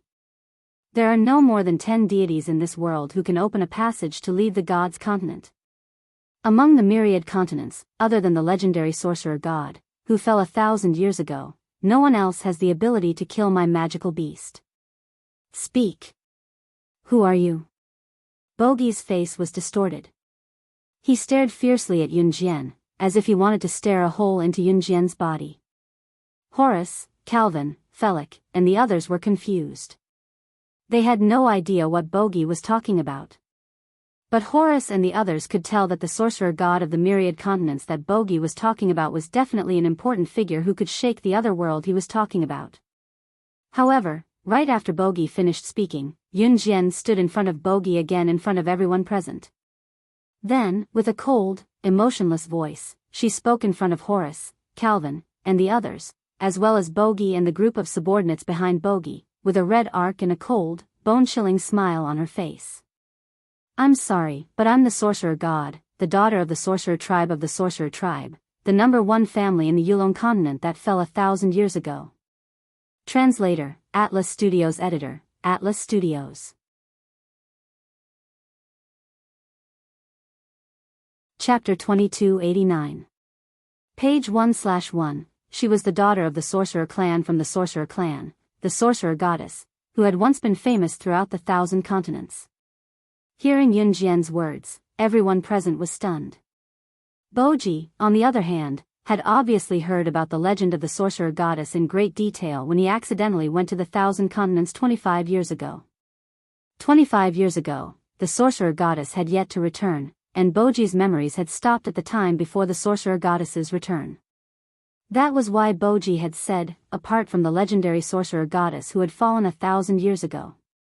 However, Bogi had never imagined that this extremely ordinary young girl was the daughter of the sorcerer clan from the sorcerer clan of the Yulong continent, the legendary sorcerer goddess who had fallen. Boji panicked. Recalling Yunjian's previous actions, he had a moment of panic. This young girl should really be the daughter of the sorcerer clan from the Yulong continent. Why are you here? Boji suddenly changed his tone. He bent down and spoke to Yunjian in a manner that eunuchs used to belittle themselves in front of the emperor. The previously aggressive Boji had actually changed his attitude towards Yunjian. Horace, Calvin, Felic, and the others were shocked when they saw this. That magical beast, where did you get it? Yunjian ignored Boji's words and asked calmly. Burja's eyes darted around when he heard what Yunjian said and quickly told her everything he knew. When I went to the Myriad continent, a man in a black robe gave it to me. That man said that as long as I fed the little magical beast he gave me to 10,000 people, that magical beast would listen to me and bring me back to the Myriad continent. Then I would be able to live on the 1,000 continents forever. Boji still had some reservations. Conquering the 1,000 continents was what Boji wanted. However, he could not say that to outsiders. Hearing Boji's information about the man in the black robe, Yunjian narrowed her eyes. Where is that person? This was the reason why Yunjian came to Death Island. Yunjian didn't come to Death Island to have fun. She came here to find information about the mysterious man. He had learned from Jian Ning's adoptive father that there was a place on the Death Island that led to the residence of the mysterious man. It was also because of this that Yunjian came here. I don't know the details, but I remember that 25 years ago, when I was in the Myriad continent, I secretly followed him after he left. I saw him walk into a place. As long as you promise not to kill me, I will bring you to that place. Maybe we can find it. What Boji feared the most now was being killed by Yunjian. He wasn't stupid. Among the group of people who had come with Yunjian, Horace's appearance had been recognized by Bogi at first glance. Horace was the only one who had accidentally let him slip away and escaped from Death Island. Since Horace dared to come back, it must be for revenge. I won't kill you. Bring me there, Yunjian narrowed her eyes and said after a flash of light flashed in her eyes. After hearing Yunjian's words, Horace did not scold Yunjian for not keeping her promise to avenge him. The group each had their own thoughts. Before heading to the 1,000 continents, which might be the residence of the mysterious man according to Bogi, they all stayed on the Death Island. Because Boji was afraid of Yunjian, he took out the best ingredients on the Death Island to entertain Yunjian and the others. Yunjian planned to wait for CE on the Death Island before heading to the 1,000 continents, where the mysterious man lived according to Bogi. Top reading website, M. Chapter 2290. At this moment, on the God's continent. Bailey family. The Divine Lord's mother, Bailey Yen, rubbed her eyes. Just as she was about to turn over and sit up, she suddenly felt something. She felt that there was someone sleeping next to her. That fleshy feeling was very obvious. There was a living person sleeping next to her. At this moment, Bailey Yen was wearing pajamas, and her smooth and beautiful thighs were exposed. She was lying on her side on the bed, and her beautiful curves were so enchanting and charming that people couldn't take their eyes off her. As it turned out, Bailey Yen was very beautiful. When Bailey Yen woke up and saw the handsome face of the Lord God sleeping next to her, she seemed to be frightened by something. She rolled off the bed and half dragged the quilt with her as she glared at the Lord God with a covetous expression. Why are you here? The Divine Lord propped himself up. The Divine Lord was no longer an old man. At this moment, the Divine Lord was very handsome. He was 80% similar to CE. However, in terms of appearance, the Divine Lord was slightly inferior to CE. Of course, he was only slightly inferior. The Divine Lord in his youthful appearance was still extremely handsome. Bailey Yen looked at his handsome face and blushed slightly. However, she still covered herself with the quilt and pointed at the door as she shouted at the Divine Lord. Get out. You get out. Your injuries are already healed. Hurry up and go back to your temple. Don't let me see you again in the future. We agreed that we would never contact each other again. After all, they were once husband and wife. Even if the Divine Lord had done something very excessive to her in the past, Bailey Yen still let the Divine Lord recuperate in her Bailey family for a long time. This injury was left behind when Yunjian and Ce fought with the mysterious person before entering the God Spring. Unexpectedly, the Divine Lord's handsome smile curved. He bent down and leaned in front of Bailey Yen. He reached out and pinched Bailey Yen's chin, wanting to kiss her. Bailey Yen wanted to hide, but in the end, she did not try her best to escape. After all, she still had feelings for the Lord God. Bailey Yen was gagged by the Lord God. After the kiss, the Lord God looked at Bailey Yen sincerely and sighed. Then, he said, "Yen, forgive me. Look, our child is already so big. We even have a child. Why are you still quarreling? Do it with me again, okay?" As he spoke, the Master God stretched out his hand towards Bailey Yen's lapel. "No, I won't forgive you." Bailey Yen glared at the Lord God. However, her mouth was gagged in the end. For some unknown reason, Bailey Yen was once again carried onto the bed by the main god. The reason why Bailey Yen hated the over-god so much was because Bailey Yen felt that she was the one who had been forced to do so from the very beginning. Tens of thousands of years ago, Bailey Yen was the most beautiful young lady on God's continent. At that time, the Master God was already the ruler of the God's continent. Once, after Bailey Yen accompanied her father to attend a gathering in the temple, the Lord God took a fancy to her. Secretly, the Lord God confessed to her, but Bailey Yen rejected him. Later on, the Bailey family's patriarch turned 10,000 years old. Hence, they held a gathering.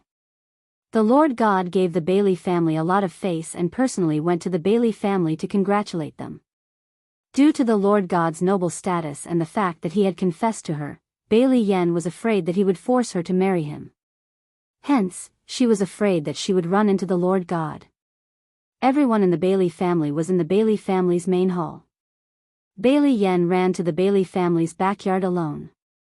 However, she had only taken a few steps when she ran into the Lord God. "Are you running away from me?" The Lord God grabbed Bailey Yen's hand and pressed her into a small stone cave in a rockery in the backyard. When she saw the Lord God suddenly appear, Bailey Yen was so frightened that she turned her face to the side. "No, no, do you hate seeing me that much?"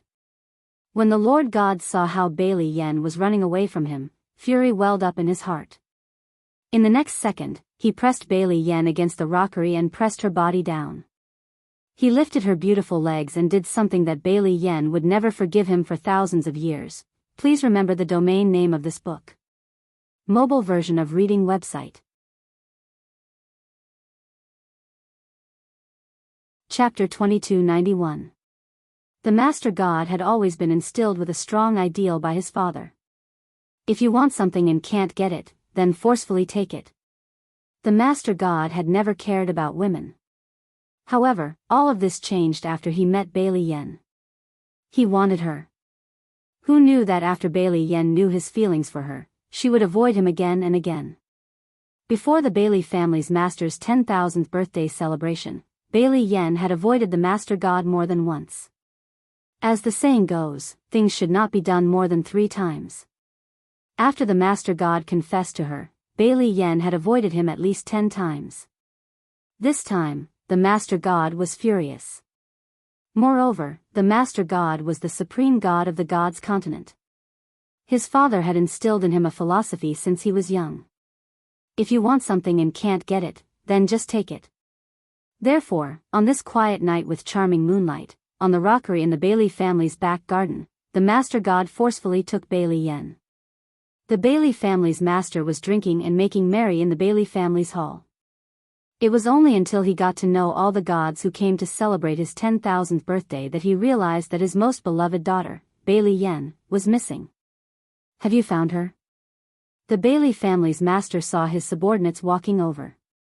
He frowned and asked anxiously. At this moment, the banquet had reached its end. The subordinates of the Bailey family shook their heads when they heard the Bailey family's master's words. Your subordinates searched the surroundings but couldn't find the young lady. Why is this Yen Yen so disobedient? She ran out to play on such an important occasion. The Bailey family's master said with a hint of anger after hearing his subordinate's words. However, if one was familiar with the Bailey family's patriarch, they would be able to tell that even though the Bailey family's patriarch's tone was filled with dissatisfaction, his words were filled with endless doting towards his daughter, Bailey Yen. The Bailey family's master loved his youngest daughter Bailey Yen the most. Everyone in the God's continent knew this. Although the Bailey family was not one of the top 10 heaven-defying families in the God's continent, the Bailey family was a special case in the God's continent. Although the Bailey family was not ranked in the top 10 heaven-defying families, the Bailey family's power was equivalent to the top 3 of the top 10 heaven-defying families. During this banquet, there were many people who came to the Bailey clan to congratulate the Bailey clan leader. Therefore, after clan head Bailey finished his angry words, a middle-aged man with the same appearance as clan head Bailey walked over and replied. Patriarch Bailey, your daughter, Bailey Yen, is not only beautiful, but also extremely intelligent. Therefore, you don't have to worry about your daughter in this regard. The little girl has grown up. It's normal that she doesn't like this kind of occasion. Patriarch Bailey, don't treat your daughter like a child. Also, I saw your daughter leave just now. Lord Overgod also walked in the same direction as your daughter. I'm sure Lord Overgod doesn't like such a lively place. Since the Lord Overlord is going in the same direction as your daughter, then even if your daughter encounters any trouble, the Lord Overlord will be there to support her. You don't have to worry about it. This person was obviously here to curry favor with Patriarch Bailey. However, when he heard this person say that he saw the Lord Overlord and his daughter leaving in the same direction, Patriarch Bailey really relaxed and heaved a sigh of relief.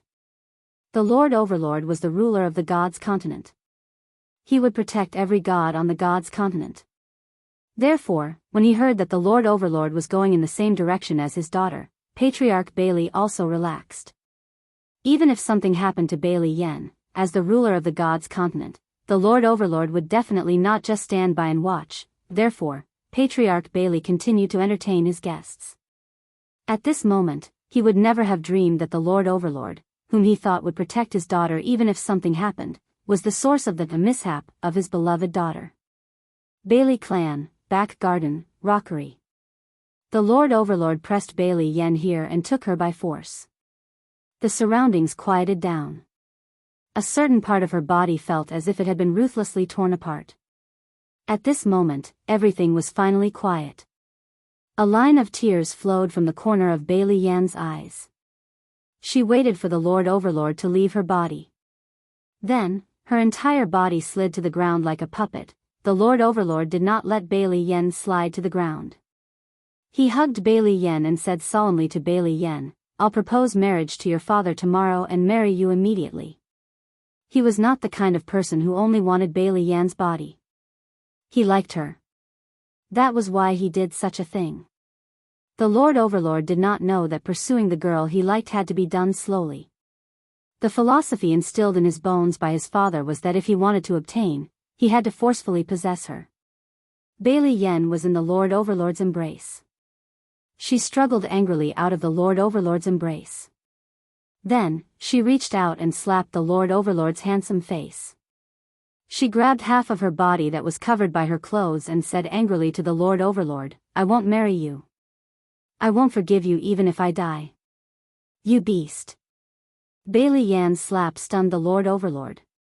Obviously, since the Lord Overlord was born, no one dared to treat him like this. However, Bailey Yen's slap did not anger the Lord Overlord.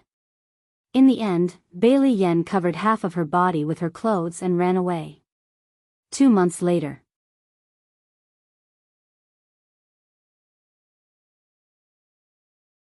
Chapter 2292. Translator, Endless Fantasy Translation Editor, Endless Fantasy Translation, page 1/1.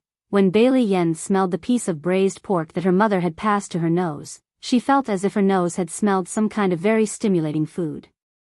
That feeling was as if he had smelled some kind of irritating object.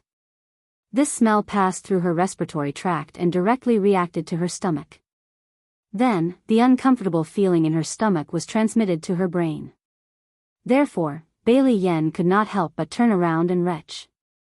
That feeling was as if she could vomit everything that she had just eaten. It was extremely uncomfortable. Bailey Yen only returned to normal after the uncomfortable feeling of vomiting passed. She did not think too much about it. She just turned around and picked up her chopsticks, wanting to continue eating.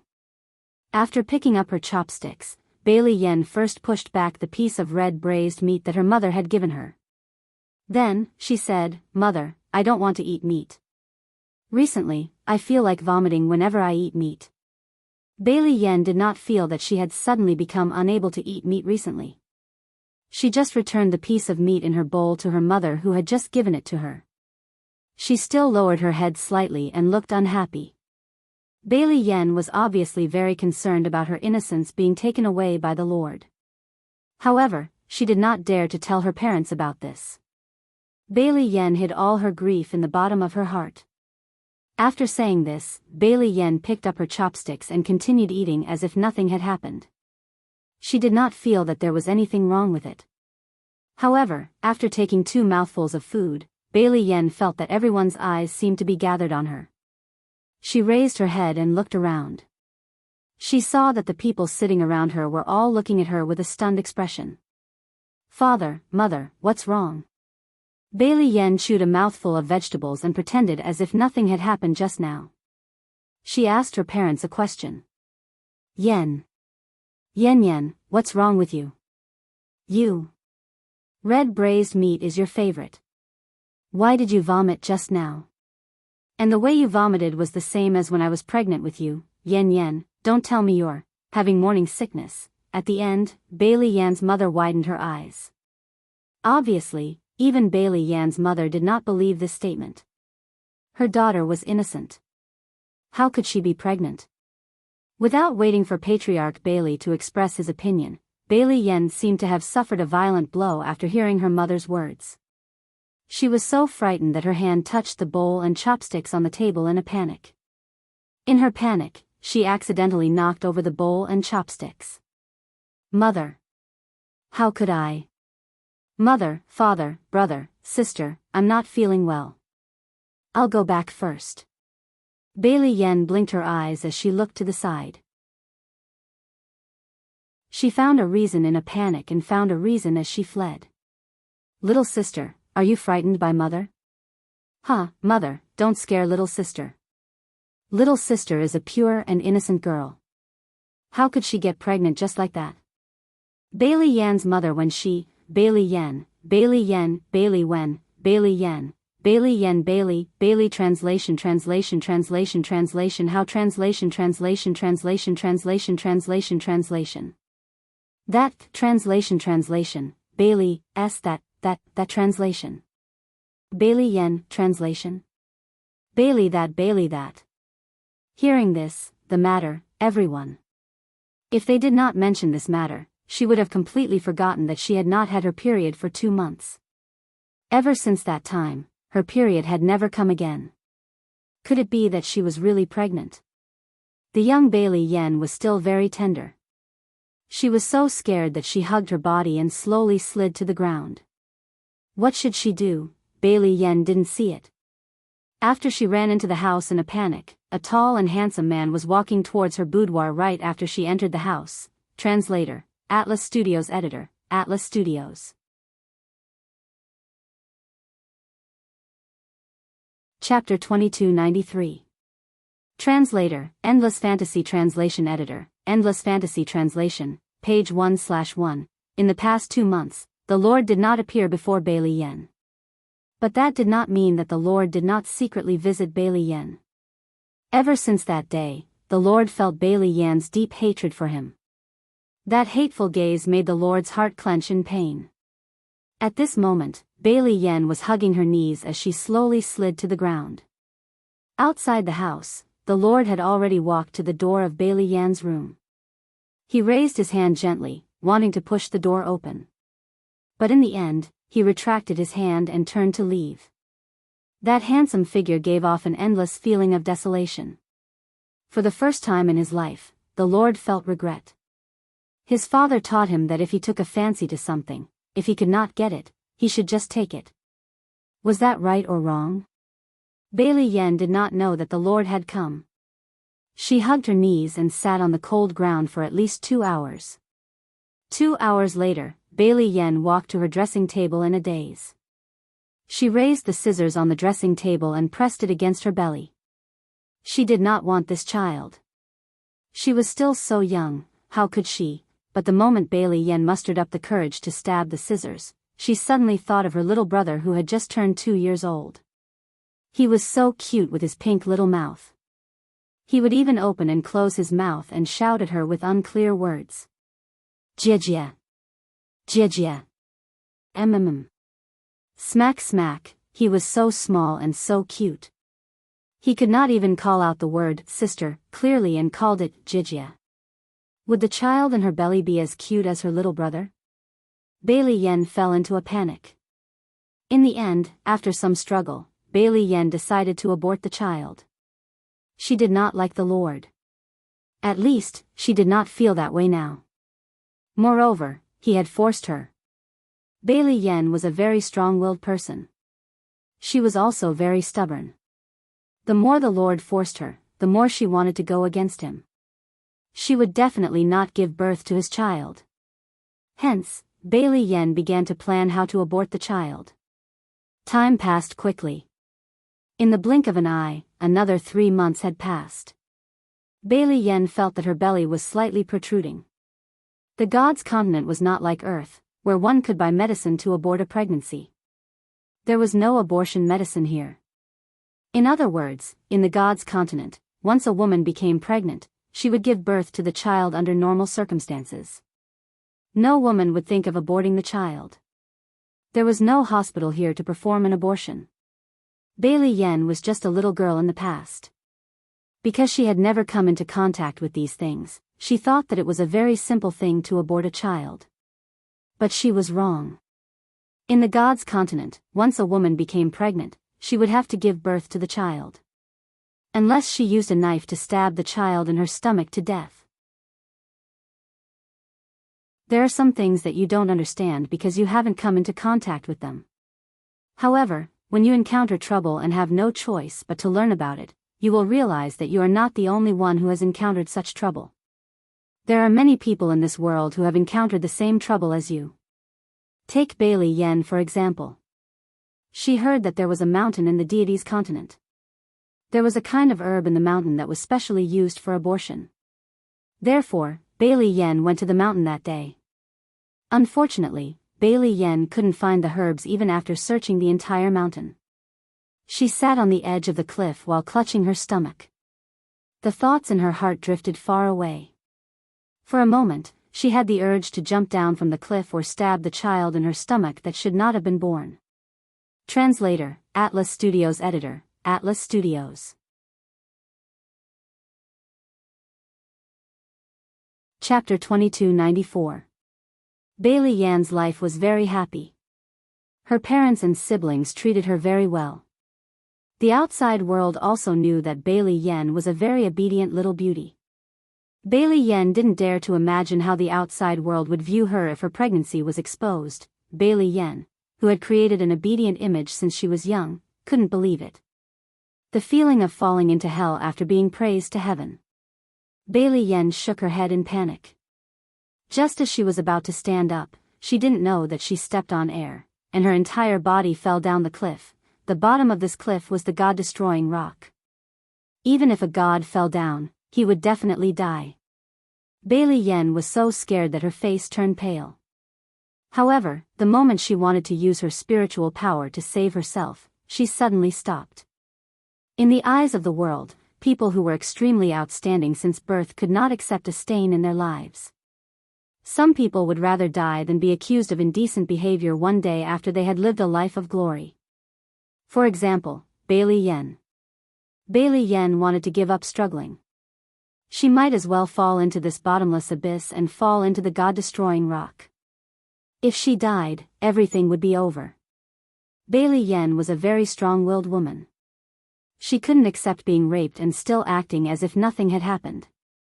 Closing her eyes, Bailey Yen was about to fall off the cliff.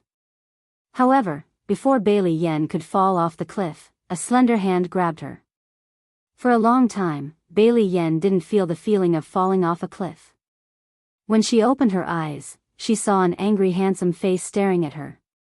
The owner of this handsome face stared at her for 2 seconds and said angrily, "The God-destroying rock is at the bottom of the cliff. Do you want to die?" The person who came was none other than the Lord. Since the last time he forced Bailey Yen, this was the first time the Lord appeared in front of Bailey Yen.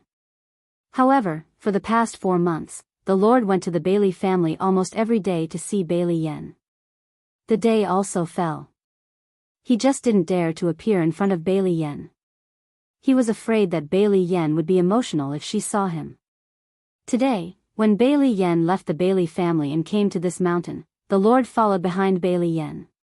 He saw that she seemed to be looking for something, so he followed her all the way.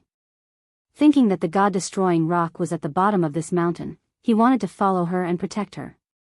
However, the Lord never thought that Bailey Yen actually wanted to end her life. She actually dared die. When he thought of how Bailey Yen had closed her eyes and planned to directly fall off the cliff into the God-slaying rock and lose her life, the Master God's heart tightened.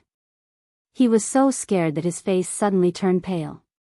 He tightly grabbed Bailey Yen's hand and roared those words. Seeing the sudden appearance of the Lord God, Bailey Yen was so frightened that she reflexively wanted to take a step back. He even forgot that there was a cliff behind him and that the God-destroying rock was at the bottom of the cliff. Seeing this, the chief god flew into a rage. "You stupid woman, do you want to die so badly? Good. Do you want to die? Since you want to die, you might as well be the woman beneath me. Anyway, it wasn't the first time. Get some benefits for your Bailey clan and serve me well before you die." These words were definitely uttered by the sovereign in a fit of anger. Bailey Yen was frightened by the Master God's appearance. However, before Bailey Yen could react, the Lord God had already grabbed her hand and brought her to the temple in a flash. After bringing Bailey Yen back to the bedroom in the temple, the Lord God threw Bailey Yen onto the bed and quickly stripped off her clothes. However, the moment the Lord God was about to enter Bailey Yen, his gaze fell on Bailey Yen's originally slender, but now slightly arched lower abdomen.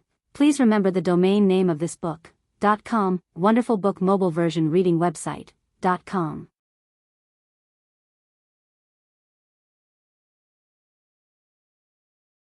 She would definitely secretly abort the child in her belly. However, before Bailey Yen could run out of the Lord God's bedroom, the Lord God grabbed her wrist and pressed her against the door. "Not pregnant? Then why did you go up the mountain? Are you looking for herbs that can remove my child?" The Lord God was both surprised and angry. He was angry that she had kept her pregnancy a secret for 5 months and didn't even tell him. He was surprised that he was going to be a father. Bailey Yen, whose thoughts were exposed, stubbornly wanted to pull her hand back from the Lord God's hand. However, she realized that there was nothing she could do. Bailey Yen looked at the Lord God with a hateful gaze, then said angrily, "Yes, yes. Yes, that's right. I'm pregnant, but it's not your child. Why? Do you really think that I can't have you? I found another man to give birth to this child." Ugh. Bailey Yen had just said this when her mouth was blocked.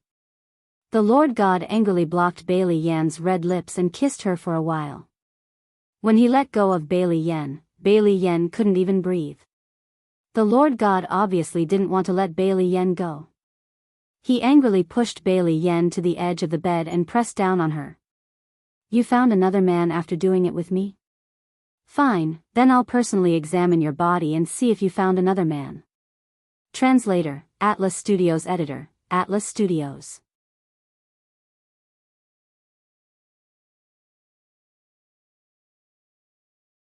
Chapter 2296. Translator, Endless Fantasy Translation Editor, Endless Fantasy Translation, page 1/1, Bailey Yen was eaten by the main god again. However, this time, the main god was careful as if he was afraid of hurting the child in Bailey Yen's womb. Although Bailey Yen did not like how the main god treated her, it was different from the first time. She was indeed moved by the main god's gentle treatment. However, Bailey Yen was a very stubborn person. In Bailey Yan's opinion, he had forced her. Even if the second time really made her feel good, Bailey Yen just couldn't forget what the Lord God had done to her back then. He had raped her. Not long after, Bailey Yan's pregnancy was discovered by the Bailey family. The main god also came to ask for Bailey Yan's hand in marriage. He stood up fearlessly and directly admitted that the child in Bailey Yan's womb was his. He was the one who had forced Bailey Yan to have sex with him. Since then, the Bailey family did not dare to say anything to the main god. After all, the main god was the ruler of the gods' continent at this time. They could only agree to marry Bailey Yen to the main god. After Bailey Yen married the main god, she gave birth to a child. The child was named the Divine Lord. However, ever since Bailey Yen married the main god, she was unhappy. After the child was born, Bailey Yen did not fulfill her duty as a mother. Every time the main god had sex with her, Bailey Yen did not make a fuss. She allowed the main god to do whatever he wanted. She lived like a puppet. In the end, she did not even have any emotions. In the end, the main god had no choice but to let Bailey Yen return to the Bailey family. He would occasionally send someone to bring the Divine Lord to the Bailey family to see his mother. The main god would secretly go to the Bailey family to see Bailey Yen. After that, he never appeared in front of Bailey Yen again. For the next few thousand years, the two of them were stubborn and never met face to face again. Later on, the main god was injured by a mysterious person. The temple was destroyed, and the main god was brought to the Bailey family by Ce. Of course, before that, when the main god let Bailey Yen return to the Bailey family, he changed his appearance to that of an old man in his 50s or 60s. He never changed back. Without Bailey Yan's company, he had already planned to live the rest of his life with the appearance of an old man. However, he didn't expect that after being injured, he would regain his original handsome looks and look 80% like Ce. This memory was something that happened tens of thousands of years ago. At this moment, his soul returned to reality. Now, tens of thousands of years had passed. Bailey Yen, who had been stubborn and arrogant back then, no longer hated the Lord God for forcing her. But Bailey Yen just couldn't bring herself to accept his goodwill. Bailey Yan's waist was about to break after being pulled by the Lord God.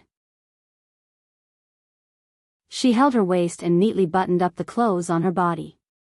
Then, she was about to walk out. Before she could leave, the sovereign pulled her back. Yen, sleep a little longer. Sleep. Sleep on your own if you want to sleep. Get out of the Bailey family for me.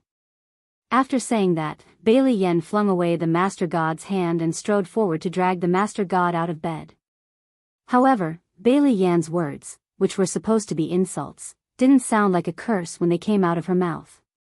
Her voice was soft and weak, but in the Master God's ears, it sounded like she was acting coquettishly. It was very comfortable. The Master God grabbed Bailey Yan's hand and was about to do something unsuitable for children with Bailey Yen again. The voice of the Bailey family subordinate came from outside the door. "Miss, the Lord God is here." Hearing this, Bailey Yen pushed the Master God away. "My son is back. Get out of my way, you old fart." Although these words were very fierce, when they came out of Bailey Yan's mouth, it gave people a feeling of tenderness as if she was flirting. "That's my son too." The Master God chuckled and got out of bed. The subordinate who reported the Lord God's arrival waited at the door for a while before seeing Bailey Yen walk out.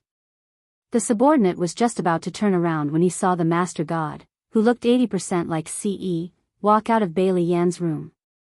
When he saw the Master God, the subordinate was stunned. The subordinate even rubbed his eyes to make sure that he wasn't seeing things. This person was really the Master God. Everyone on the God's continent knew about the grudge between the Master God and Bailey Yen. But what was going on today? Did the sun rise from the west? The Master God and Bailey Yen walked out of the same room. Did they make up?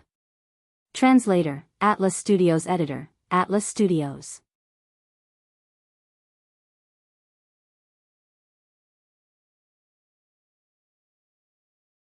So stop fooling around in front of me, you old geezer. Go back to your temple. Bailey Yen glanced at the Lord God and walked back to her house. Don't. Yen, my temple hasn't been repaired yet, has it? Now the temple has become a ruin. If you don't take me in, I'll have nothing to eat. After saying that, the Master God chuckled and shamelessly walked towards Bailey Yen. Death Island. Yun Jian had been here for almost 3 days.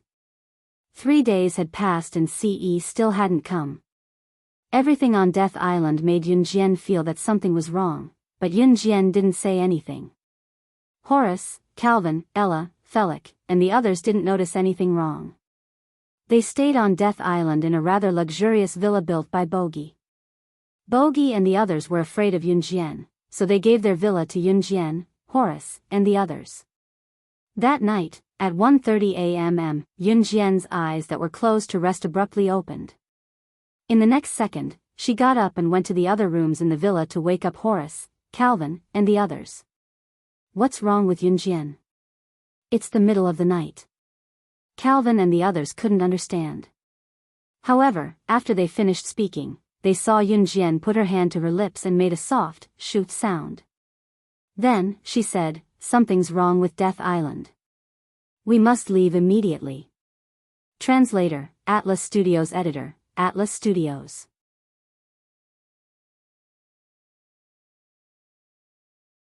Chapter 2298. Something's wrong? What's wrong with him again? It's the middle of the night, Yun Jian, don't scare me. I'm scared. After hearing Yun Jian's words, Ella suddenly felt a chill run down her spine. She was so scared that her expression changed slightly. Aren't you doing fine? You're so powerful that even the most powerful person on Death Island, Boki, listens to you. Moreover, he's so scared that he's willing to let us stay in his mansion. Haha. What could possibly happen? Yun Jian, don't be so paranoid. You should wash up and go to bed. We've stayed here for 3 days and nothing has happened. Waking us up in the middle of the night to tell us this, it's quite scary. Felix stretched out his hand and yawned as he spoke. While speaking, Felix still had a sleepy look on his face. Felix, who was in his early 20s, was a very lazy young man. Only Calvin and Horace's eyes moved when they heard Yun Jian's words. The two of them agreed with Yun Jian's words. Let's leave Death Island immediately. Seeing that Calvin and Horace were no longer calm, Ella, who was also a girl in her early 20s, also became somewhat uneasy. It should be fine. Ayla comforted herself. Speaking up to this point, Ayla suddenly felt her heart tighten and tremble. Because from the conversation between Yun Jian and Boki, although they did not understand what Yun Jian and Boki were saying, Calvin, Horace, and the others were not stupid. Naturally, from the conversation between Yun Jian and Boki, they could tell that this place called Death Island seemed to lead to another world. If that was the case, then, thinking of this, fear flashed through everyone's eyes. Even their hearts could not help but tremble. While Felix, Ella, and the others were talking, Yun Jian had already equipped herself with weapons. She did not explain anything. Instead, she lightly waved her hand and said, "Follow me closely." With that, she led the way out of the mansion. They went round the back of the house, without passing the field of tents where Bogi and the others were camped. Yun Jian led Calvin and the others to board the yacht that they came from. After that, the yacht sailed along the sea and quickly returned to where it came from. When they left, they did not disturb Berkey and the others on Death Island. Obviously, if they followed Yun Jian, it would be difficult for Calvin and the others to alert anyone. After a whole day of sailing, they finally left Death Island at 8:00 in the evening the next day and returned to the pier in Country S. Seeing the pier that they had come from in Country S, everyone could not help but heave a sigh of relief. However, when he thought about it carefully, he did not notice anything before. Yun Jian wanted everyone to leave Death Island with her. What was going on? Thinking of this, Felix said, "Actually, nothing happened." Yun Jian, why do you want us to leave Death Island? There was no response to Fei Lei's words. After docking the yacht, everyone boarded the pier. Not long after, there was a sound. Not long after, the group of 500 adventurers who were suppressed by Yun Jian appeared at the pier. It turned out that they did not leave. The ones leading them were Jia Wei, Eva, and the others. Jia Wei had gathered these 500 adventurers last time. After one of the adventurers was killed by Yun Jian, although he was afraid, he was unwilling to see Yun Jian and the others board the yacht to Death Island. As a matter of fact, Jia Wei did not leave. He led these 500 adventurers to guard here. When they saw the yacht coming back from afar, they all swarmed over. They would not have known if they did not look. However, when they looked, it was really Yun Jian and the others. Therefore, when they saw Yun Jian and the others, Jia Wei asked directly, "Did you come back from Death Island?" After that, afraid that Yun Jian would kill them like how she killed the adventurer, Jia Wei said, "Don't misunderstand. We are not here to find trouble with you. We just want to know about Death Island." Yun Jian ignored Jia Wei and the others' goodwill. Not long after, Yun Jian led Calvin and the others to a hotel near the pier in Country S. Jia Wei and the others wanted to know about Yun Jian and the others going to Death Island. Therefore, they all stayed in the same hotel as Yun Jian and the others or in another hotel. At night, Yun Jian, Calvin, and the others were eating at the dining table. She frowned slightly, feeling that something bad was going to happen. Death Island was not that simple. However, just as Yun Jian was thinking about it, she habitually picked up a chicken drumstick and stuffed it into her mouth. Yun Jian suddenly felt nauseous. She spat out the chicken drumstick and turned her head to the side to retch. Please remember the domain name of this book, .com, Wonderful Book Mobile Version Website, .com.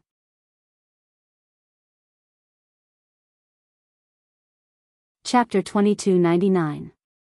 Translator, Endless Fantasy Translation Editor, Endless Fantasy Translation, page 1/1, Translator, Endless Fantasy Translation Editor, Endless Fantasy Translation. Yun Jian leaned to the side and retched twice before pressing her throbbing head. "Yun Jian, what's wrong with you?" Seeing Yun Jian suddenly retching, Calvin hurriedly asked Yun Jian in a caring tone. "I must have eaten something bad, it's nothing." Yun Jian turned around and lightly pursed her red lips before replying. Yun Jian did not think about this at this moment, her thoughts drifted far away. On the island of death, she felt a very unusual aura. It was the aura of a conspiracy.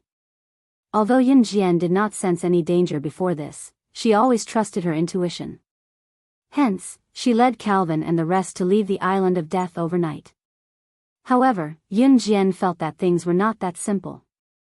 Then you have to take good care of your body. For us girls, health is the most important thing. Everything else is bullshit. Come, when you're not feeling well, eat more nutritious vegetables. Eat more. After hearing Yun Jian's words, Ella took the chopsticks in Yun Jian's hand in a friendly manner and used the chopsticks to pick up some simple vegetables on the table and place them into Yun Jian's bowl. Vegetables, radishes, cabbage, they were all boiled with a little oil and were cooked very lightly. It was the traditional taste of S country's cuisine. Yun Jian did not feel that there was anything wrong with Ella's sudden friendliness. She nodded and ate some bland food. She probably caught a cold. The group had dinner in this restaurant and returned to the hotel. When the group returned to their rooms to sleep, Yun Jian stopped them and reminded them in an extremely soft voice, "Don't worry. Don't sleep too deeply tonight." She did not say anything else. Due to Yun Jian's previous ability, Calvin and the rest did not say anything and only nodded in response. Nightfall. The wind was chilly. Night in S country. After all, it was winter and the weather was very cold. Kacha. Yun Jian slept in the room with her eyes closed. She felt that the window had been pried open with tools for half an hour before it was finally opened. Yun Jian had already felt the noise from the moment the window lock was pried open with a tool. The funny thing was that the person outside thought that he hadn't been discovered and took half an hour to open the window. With a kacha sound, the window lock was finally pried open. The window was also opened slightly. A small smoke hole-like object was stuffed in. Not long after, dense smoke floated out of this small smokehole-like thing. Yun Jian could tell that the smoke coming out of the cigarette hole was knockout powder. This kind of knockout drug could make people fall into a deep sleep, at least for a short period of time. This drug was very effective on ordinary people, but it didn't have any effect on her.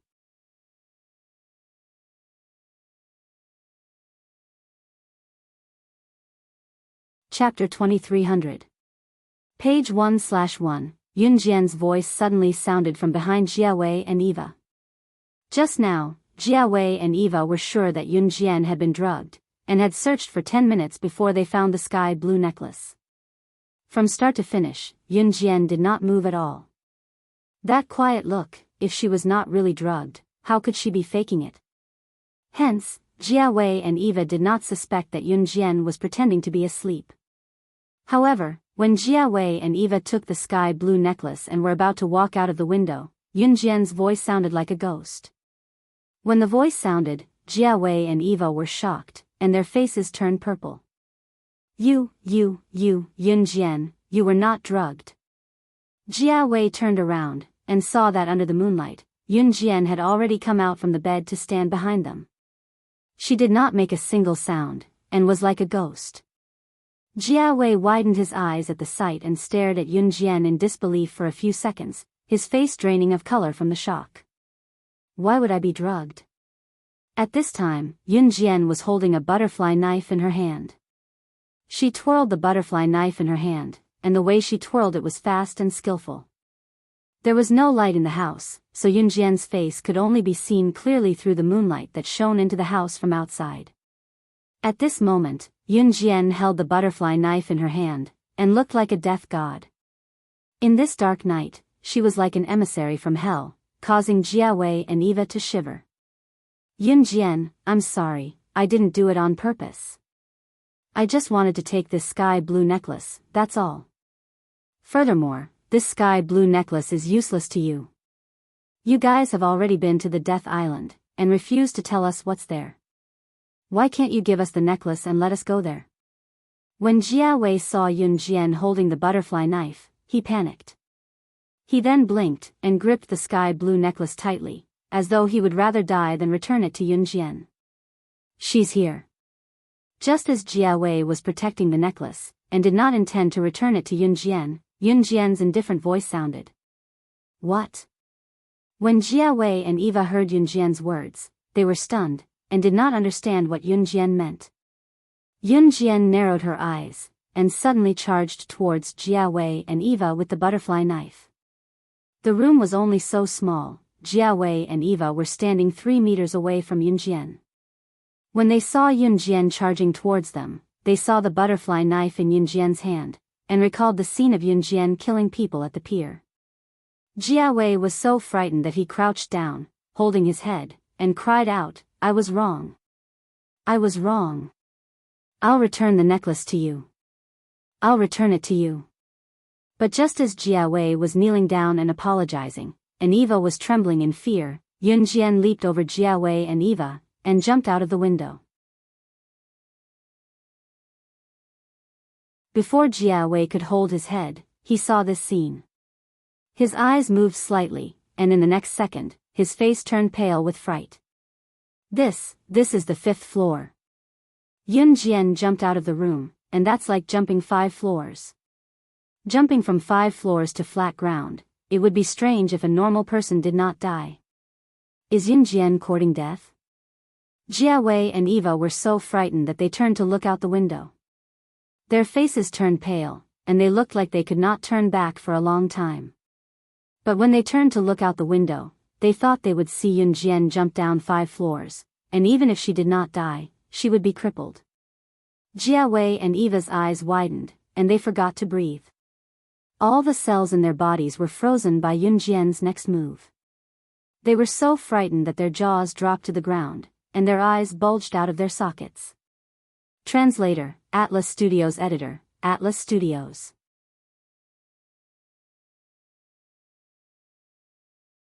Chapter 2301. Yun Jian, who had jumped out of the window, landed at a height of about 15 to 16 meters. Her slender body shone brightly under the moonlight. Her petite body landed on the ground at the speed of light and lightning from a height of almost 5 stories. It was as if an ordinary girl had magic on her, as if she was a character from a legend. After jumping down from the 5th floor, she landed on the ground slowly. This unrealistic scene scared Jane and Eva so much that their faces turned pale. How is this possible? She's not a god. Could it be that Yunjian is a god? Jane and Eva were so shocked that their eyeballs almost fell out of their sockets. This did not conform to reality. It completely overturned Jane and Eva's thoughts. Then, right after Yunjian landed on the ground, the snow-white moon in the sky seemed to have been dyed red by blood. The snow-white moon had actually turned into a crimson moon within everyone's sight. What is going on? What is going on? Eva was so scared that she couldn't care less about her image. She grabbed Jane's collar and screamed. Eva's screams attracted Calvin, Horace, Ella, and the others who were staying in the hotel and were warned by Yunjian not to sleep too deeply. After Calvin and the others came out, they ran downstairs and stood next to Yunjian. When they saw the strange crimson moon in the sky, Calvin and the others were shocked. It's not like there's a lunar or solar eclipse today. Why did the moon turn red? Calvin stood next to Yunjian. When he saw this scene, his face darkened. This strange phenomenon horrified Calvin. Yunjian narrowed her eyes and didn't say anything. The next second, her red arc curled up coldly. Just as Yunjian's lips curled into a smirk, an unbridled cackle rang. Ha ha ha. I didn't expect you to see through me and escape from Death Island. But it doesn't matter. Even if this isn't Death Island, Sorcerer God, I can still find you. The next second, a man in a black robe appeared in front of everyone's eyes. Boji, that's Boji.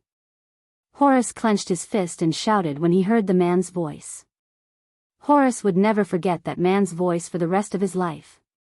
That man in the black robe was Boji.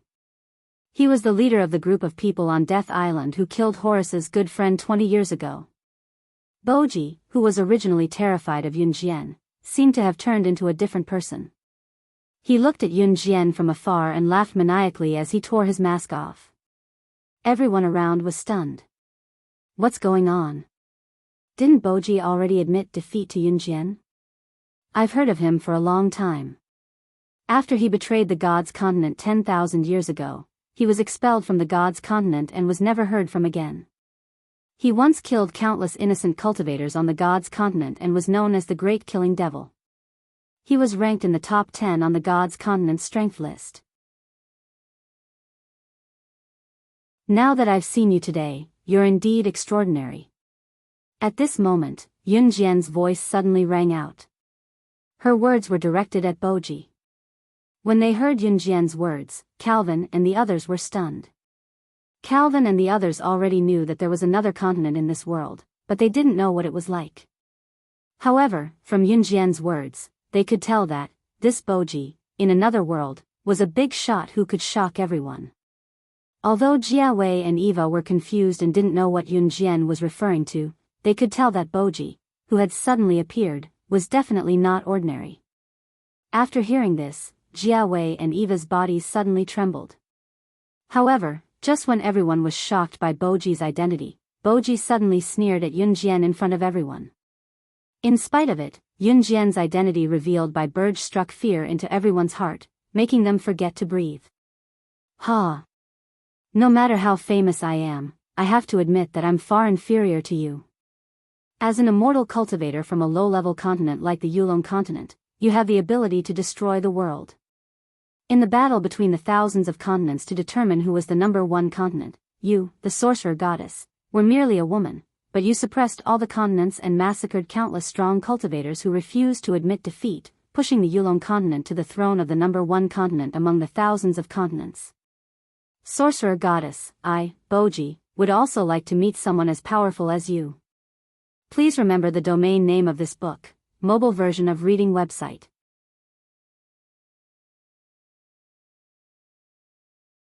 Chapter 2302. Translator, Endless Fantasy Translation Editor, Endless Fantasy Translation Translator, Endless Fantasy Translation Editor. Endless Fantasy Translation. 1,000 years ago, on the countless continents in the universe, there was a huge event that shocked the continents. That was when the strong fighters of the thousands of continents stepped forward to fight for the throne of the first continent. The first continent referred to a continent chosen from the thousands of continents in the universe to be the ruler of the thousands of continents. For example, a country had countless provinces, but only one of them was the capital. The capital was the largest area under the jurisdiction of all the provinces. Similarly, the countless provinces could be compared to the thousands of continents in the universe. The capital, the area under the jurisdiction of all the provinces, was the throne of the first continent. The first continent was the central platform that governed all the continents. In layman's terms, the first continent was the capital of a country. Therefore, back then, the experts of the thousands of continents had all stepped forward, wanting to contribute to their own continents and help them ascend to the throne of the number one continent. However, at that moment, the sorcerer goddess stepped forward. Once the sorcerer goddess stepped forward, she immediately massacred the strong fighters of the thousands of continents who stepped forward to fight for the throne of the first continent. She directly pushed the Yulon continent to the throne of the first continent. If the strong fighters of the thousands of continents dared to disagree, the sorcerer goddess would kill them. During that time, other than the strong fighters of the Yulon continent, the strong fighters of the other continents were all killed by the sorcerer goddess. Those who did not agree, the sorcerer goddess did not hesitate to kill them. She did not have the slightest intention of showing mercy. At that time, this matter shook all the continents and even spread to the ears of the gods continent. Although Calvin, Horace, Ella, Jane, Eva and the rest did not understand the meaning of Boki's words, they could tell from Boki's words how powerful the sorcerer goddess was. Calvin, Horace, Ella, Jane and the rest were completely dumbfounded. And from Boki's words, it seemed like Yun Jian was someone from another world. But from the conversation between Yun Jian and Boki, since the two of them could speak in a tone of mutual admiration, this meant that they did not have any enmity towards each other, right? At this thought, Calvin, Horace, Ella, Jane and the rest heaved a sigh of relief. But just as everyone was thinking this, Burge suddenly snorted and spoke impudently. Wizard god, what you should be thinking now is whether I, Boji, have joined the mysterious man's side. Then I'll tell you clearly now. Yes, I, Bogi, am now the mysterious man's subordinate. It was also the mysterious man's arrangement that I waited for your arrival on Death Island. I just didn't expect you to discover my purpose and escape. Humph, but it doesn't matter. Even without the help of the divine monarch, I still have the 100-fold potion that the mysterious man gave me. My strength can be increased by 100 times from my original foundation. This way, even if you are the sorcerer god, the legendary figure of the myriad continent, you will still be no match for me. As he spoke, he took out a bottle of potion and was about to drink it in front of everyone. Seeing this, everyone's heart trembled. Even Yun Jian narrowed her eyes. Her power was indeed above Boji's. But if Boki had drunk the 100-fold potion, then she might only be able to fight him to a draw at most. Even if they fought to a draw, she would still be seriously injured. However, just as Yun Jian was about to fight with Boki, a slender palm suddenly appeared on Boki's head. After the hand covered Boki's head, it grabbed. Boki's head, which was still laughing wildly, was instantly crushed on the spot. Blood splattered everywhere. Everyone who saw this scene was stunned on the spot. However, just a second before Boki's head was crushed on the spot, everyone heard a furious voice suddenly ring out. In that magnetic and pleasant male voice, there was a coldness that could not be ignored. Did you ask for my permission to touch my woman? Translator, Atlas Studios Editor, Atlas Studios.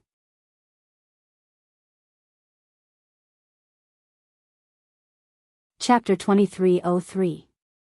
It was a magnetic, mellow male voice that was so pleasant that it sounded like there was no other male voice in the world.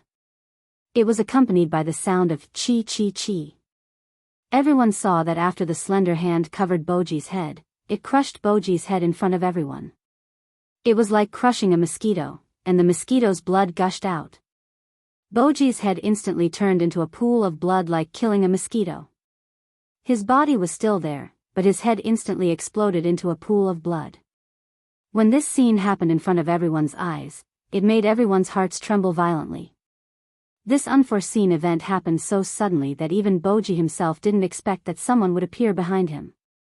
And after this person covered Boji's head with his hand, he crushed Boji's head. The speed of Boji's death was so fast that everyone present couldn't react in time. Everyone's hearts trembled violently. In that instant, everyone present was so shocked that they almost suffocated. The head of a living human being was actually, at that moment, everyone saw a handsome man who was half a head taller than Boji suddenly appear behind Boji. He was wearing black casual clothes.